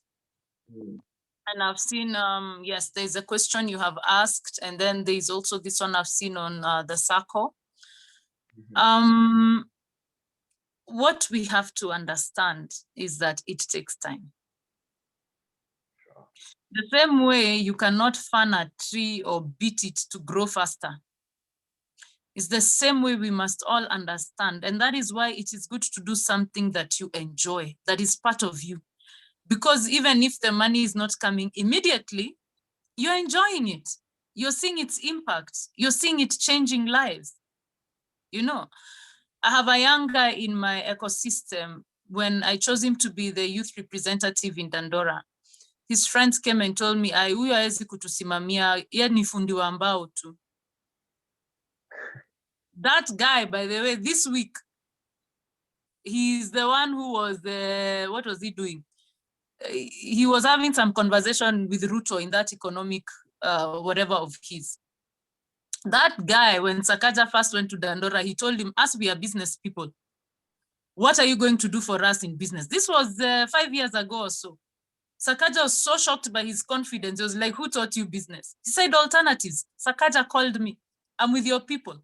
Gave the guy his phone. I told him, do you know what you just did for that guy? One,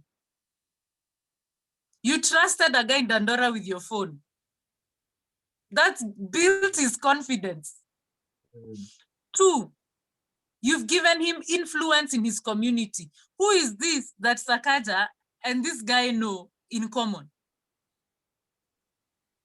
Three, four, the guy moved his child from a school in Dandora to Moi Forces Academy. I may not have made a dime yet, but that's a nation that has been transformed. NYS, anyone who goes there, he's the one who spearheads the platforms. Even the NYS circle, he's the chair. When he was asked, why would you agree to be a chair of a circle? He said, mimi ni member wa mimi na wewe youth circle. Pali nitakwama, nitaenda tu alternatives. They'll tell me what to do. There's a reformer, as in he's killed so many people. As in he's a reformer, is a former criminal. This guy used to foot over 45 minutes to come for a training. And he was always the first. And they used to pay 100 bob. Street kids living in the streets, but doing business. They used to pay. They used to be the first on the line to pay. When they got the certificate, that was the first ever certificate in their life.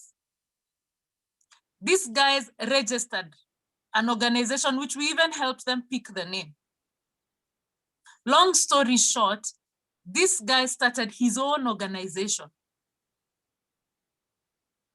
The other day, less than 3 months ago, he was seated on a panel with a Dutch ambassador. Now, I may not be a billionaire or a millionaire, may not be driving a big car, but there's someone who's not dead.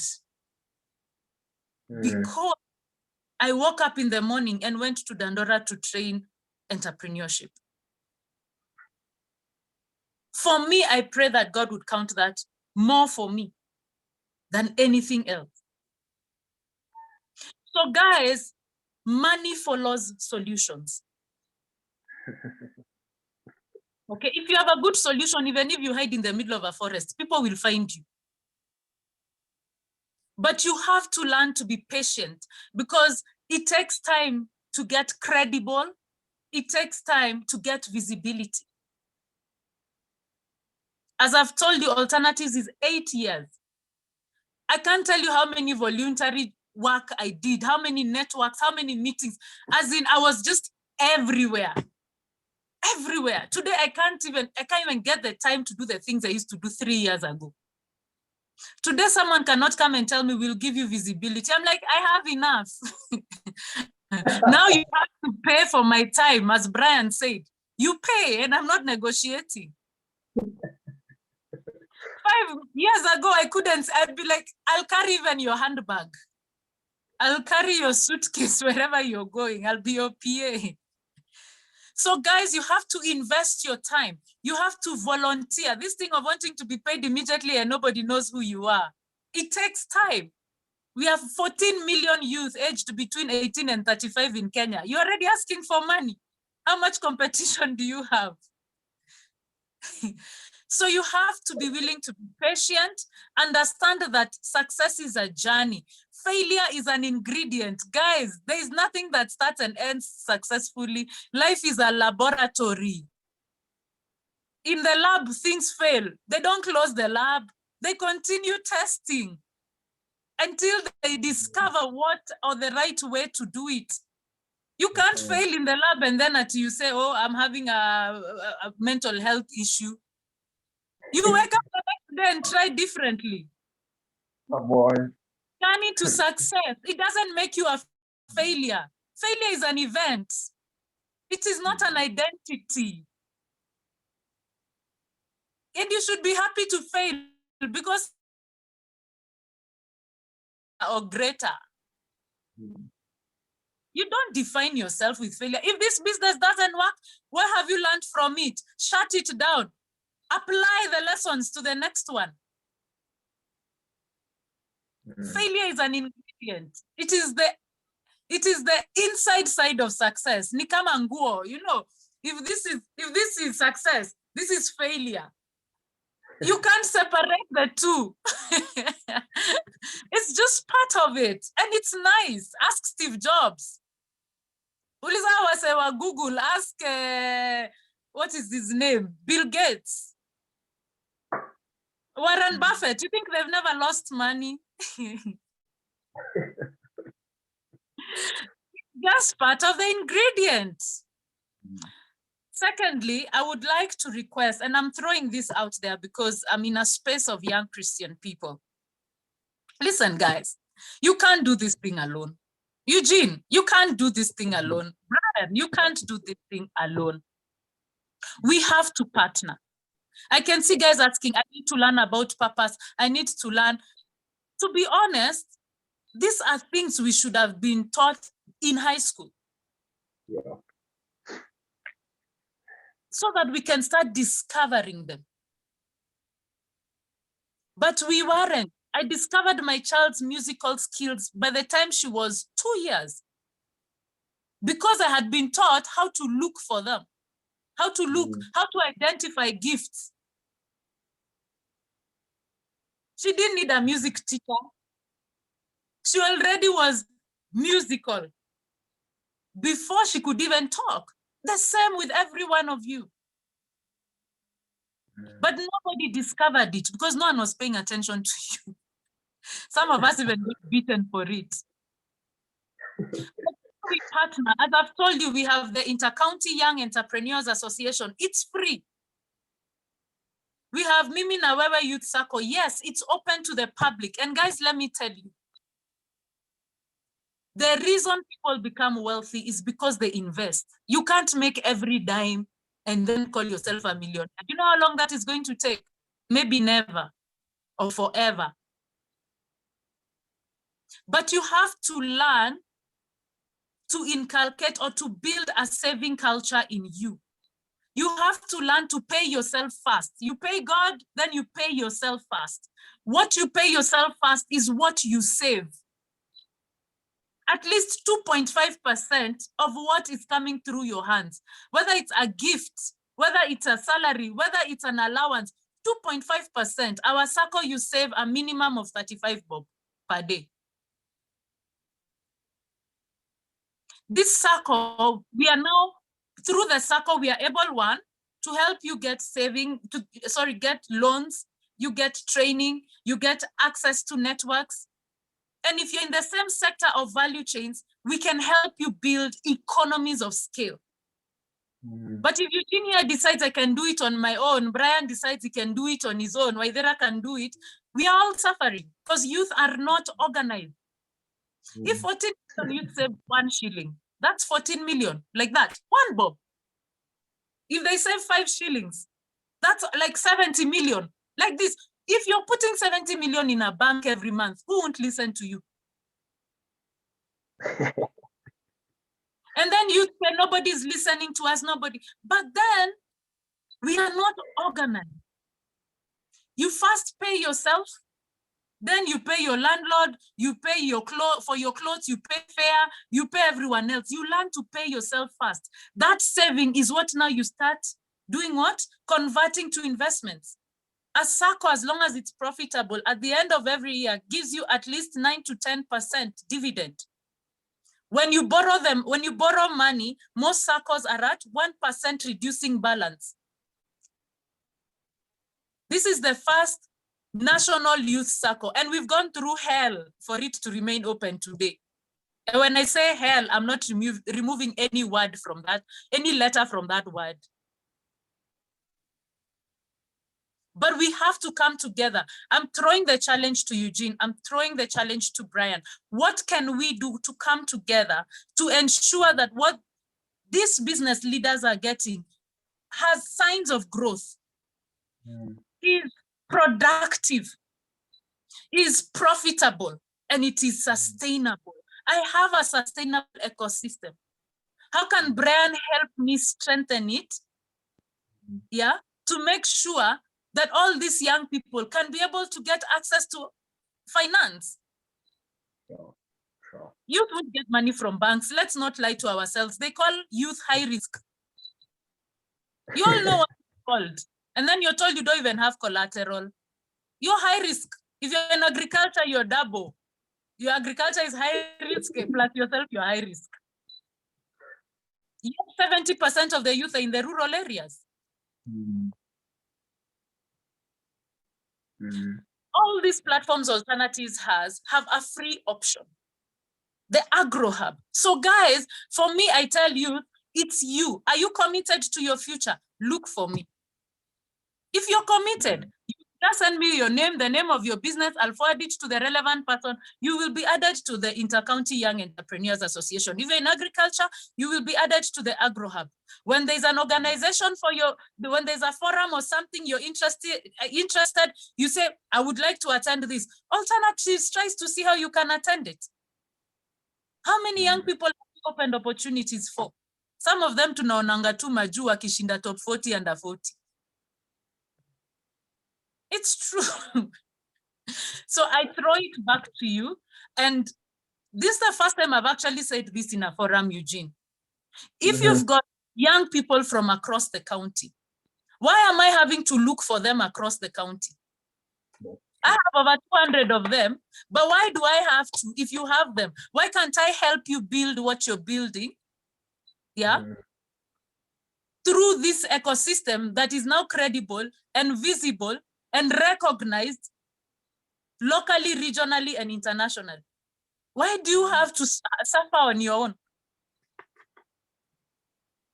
If I need tech, I need guidance. Why, Brian, I can't give you $5,000 per minute.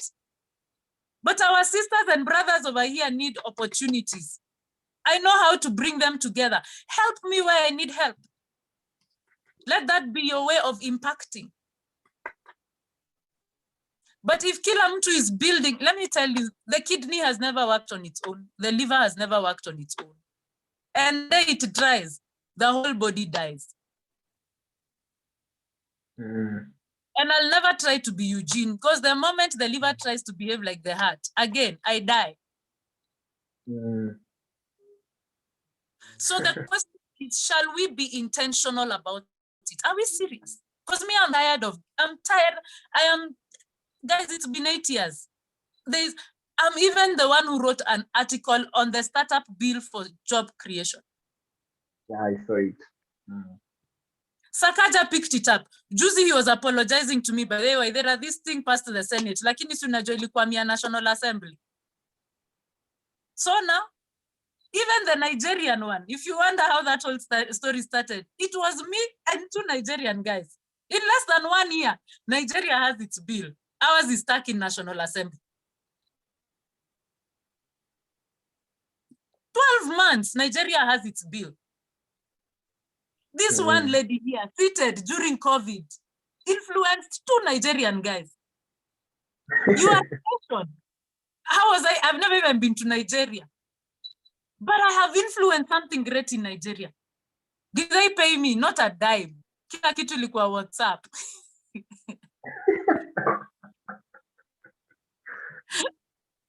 Guys, what I'm telling you is, the body has organs, it has structures, it has systems. But the only reason I'm talking over here laughing is because they are all collaborating and working in unison, complementing each other. The moment they start competing, I will collapse dead over here. And that's why Christ says he's the head and we are the body.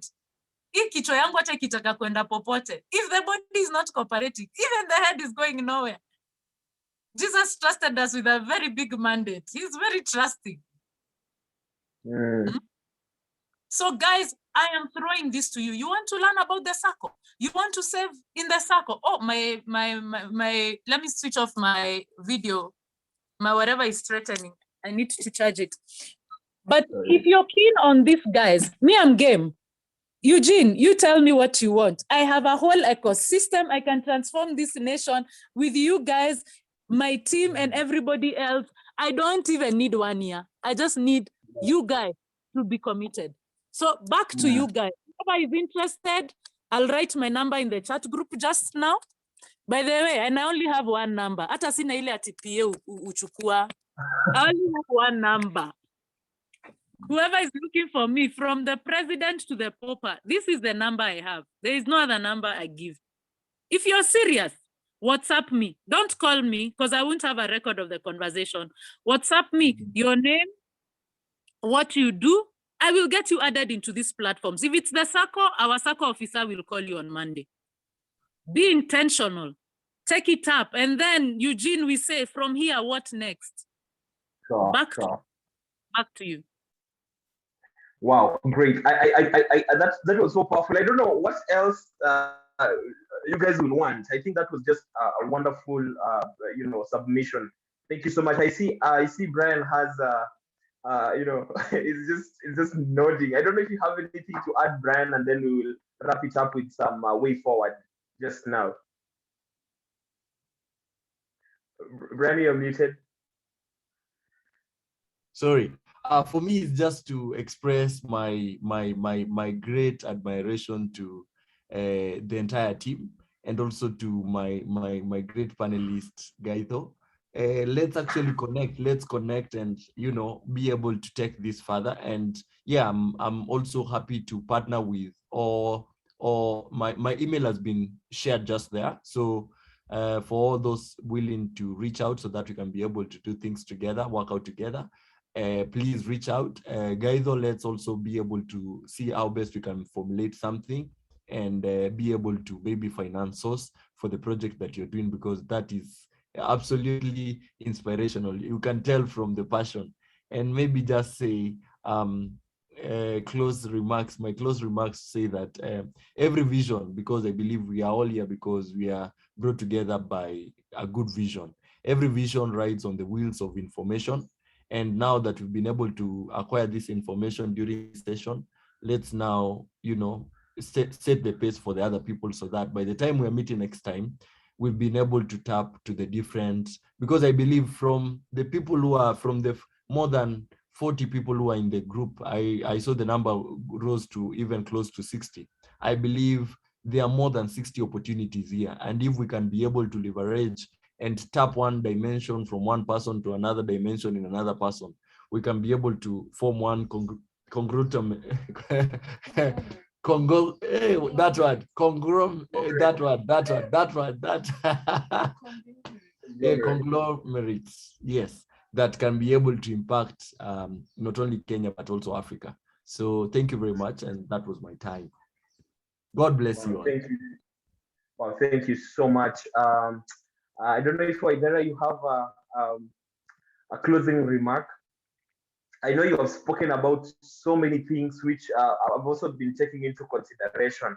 I think before you say a word, one of the things that have really been in my mind, and it's actually in the mind of the team that we work with at the Unlock Young Leaders Summit, we are looking forward to build this community of young business leaders so that we can empower each other and see, tap into the opportunities that are available.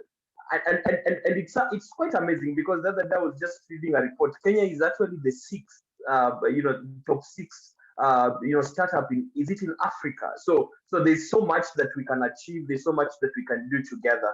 So I don't know if either you have a closing remark or anything that possibly you would love to add out of this conversation.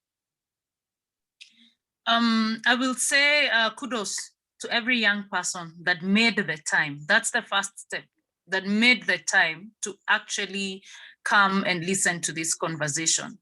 I also want to say thank you, Eugene, for taking the step. I don't think any young person has paid you to do this, and just listen to that call and that obedience to take that step. I really honor you. I honor your team. And by the way, there is no limit to what you can achieve as long as you do it in Christ and you're committed and consistent in it and are confident that you will be able to see it through. I really, really appreciate Brian. I mean, the quotes he's given, I've been writing some of the statements he has said and just sharing his story and showing just how possible it is when you believe in yourself to be bold about it. When you're bold, you'll sell sand to the Arabs, as they say, So I really want to say thank you. Thank you for the opportunity to talk to young people. And I am committed to doing more than talking. I want to walk my talk. I want to be able to see those institutional frameworks and structures in place for you guys to fight for what rightly belongs to you according to the constitution of this country. But at the same time, for you, when you get the opportunity, not to spoil it, but to actually be able to take it up as a nation for yourself and for posterity. Above all else, that we will be able to be admired by others. And when they ask, how do you do it? You say, Mungu mbele. Jesus first. It is by God's grace, not by my might, not by my power or my brain, but by the Spirit of God. Because remember, the only thing you can take to heaven, the only thing is souls. The other day, a friend of mine told me, don't let what can't take you to the grave. Or rather, don't let what you can't take to the grave take you to the grave. Okay? So the only thing you can take to heaven is souls. So as we are doing all these things and people are asking how, don't forget to tell them, my foundation is salvation. Okay? And that is how we will win Christ his inheritance as we also receive our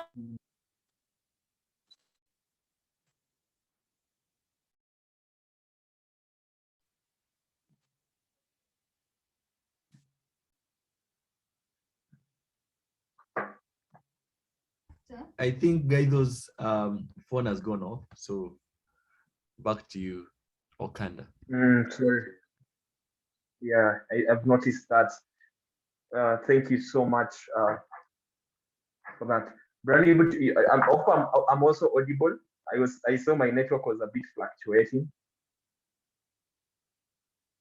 You're audible, Okanda. Yes, you are. Okay. Thank you so much. I think that was a great and impactful session for each and every entrepreneur who attended this session. And we are going to do this religiously every month. We're going to have one session for the young business leaders. And then later on, we are planning with the team, we are going to conduct a training, a 5-day training, and we'll have Brian and Waithera as one of the key speakers, one of the key trainers for that. It will be a virtual training. We are just still picking up through the same with the team. So stay updated about that. So next month we're also going to have this same conversation, and we're going to talk about. We're just going to build up from what we have been talking about today, and ask ourselves now, how do we build a business vision board? So from next month, that is next month. So just stay updated and stay Sorry, I close. think I dropped. I see. Sorry for that. Sorry. Well, I was just going to say, for the glory of God and for the people of our country and our continent. I look forward to connecting with you guys. Ciao. Thank you so much, Waithera. We really appreciate you, and thank you so much to also Brian for creating this time. And I know you guys are busy. Guys, you just need to go check them online and see what they do. These people are so busy, but they, sacrifice their time, their resources, just to be here and speak to us. So make sure you are capitalizing on this, on this session. So let's meet next month once again. We are going to share a short survey just to help us know what we did better, how we need to do it better, and possibly what are some of the affirmative actions that we need to take. So we're just going to share that one with you on, via email. We're also going to share this recording with you so that you keep listening as you take notes and all that. So at this time, I will give it back to Ogada. Ogada is our national director. Just to give a closing remark, or maybe give any announcements before we call it a day. Back to you, Ogada. Thank you so much, Okanda. Now, first is to thank the Almighty God for this opportunity that we've had to gather together as young business leaders. Second is to thank our speakers. They've created their time, they've created the opportunity, they've come free of charge. As they say, right now they charge, yes, but then for this one, we can tell you, they didn't charge us a single penny. And they came and not only gave us the wisdoms that we were expecting, but then they also offered to help us build our businesses and to help us build the ideas that we have. So no better way of appreciating them. May God richly bless them in the excess of their sacrifices. Thank you so much, Waithera. Thank you so much, Brian, and may God bless you. And now, the thirdly is to thank our audiences, those who created their time to come and join in. They registered, they came and they joined in, and they've listened all through. And even for those who dropped off the call at some point, maybe because of one issue or the other, thank you so much for coming. And some people have been asking through the chat box that they are attending this for the first time, if there are WhatsApp groups, if whatever. So long as you registered with us, your data is with us, and we will communicate the next time we are going to have such like an event. So worry not, but is just in case you didn't register, I think at this point I'll tell Okanda as concluding to type the number of our communications director, that is Cynthia, in the chat box, so that anyone who have somehow got the link but then did not register, so that we do not have your contact, can reach out to Cynthia, and then now you will be able to get any communication that we will have from here. But once again, thank you so much for coming into the Unlock team, and even those who organized this.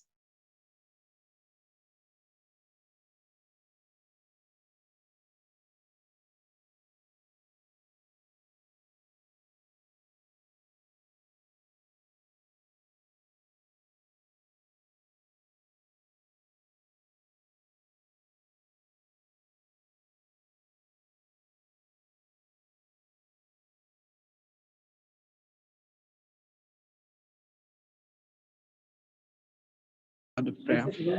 Our Father and our God, we are grateful for this moment and this time that, God, you have been able to be with us in this session. Thank you for our speakers that you brought to us, and they have been a blessing to us. We pray that Nimemaliza. All right, thank you so much. What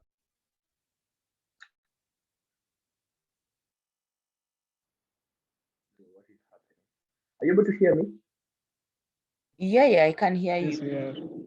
are. I'm just thinking whether we really need to record this meeting. You're still recording? I guess so. Okay, initially when I came back, it wasn't recording, but right now it's recording. Let me just stop recording. Hopefully it uploaded itself. Let me just stop.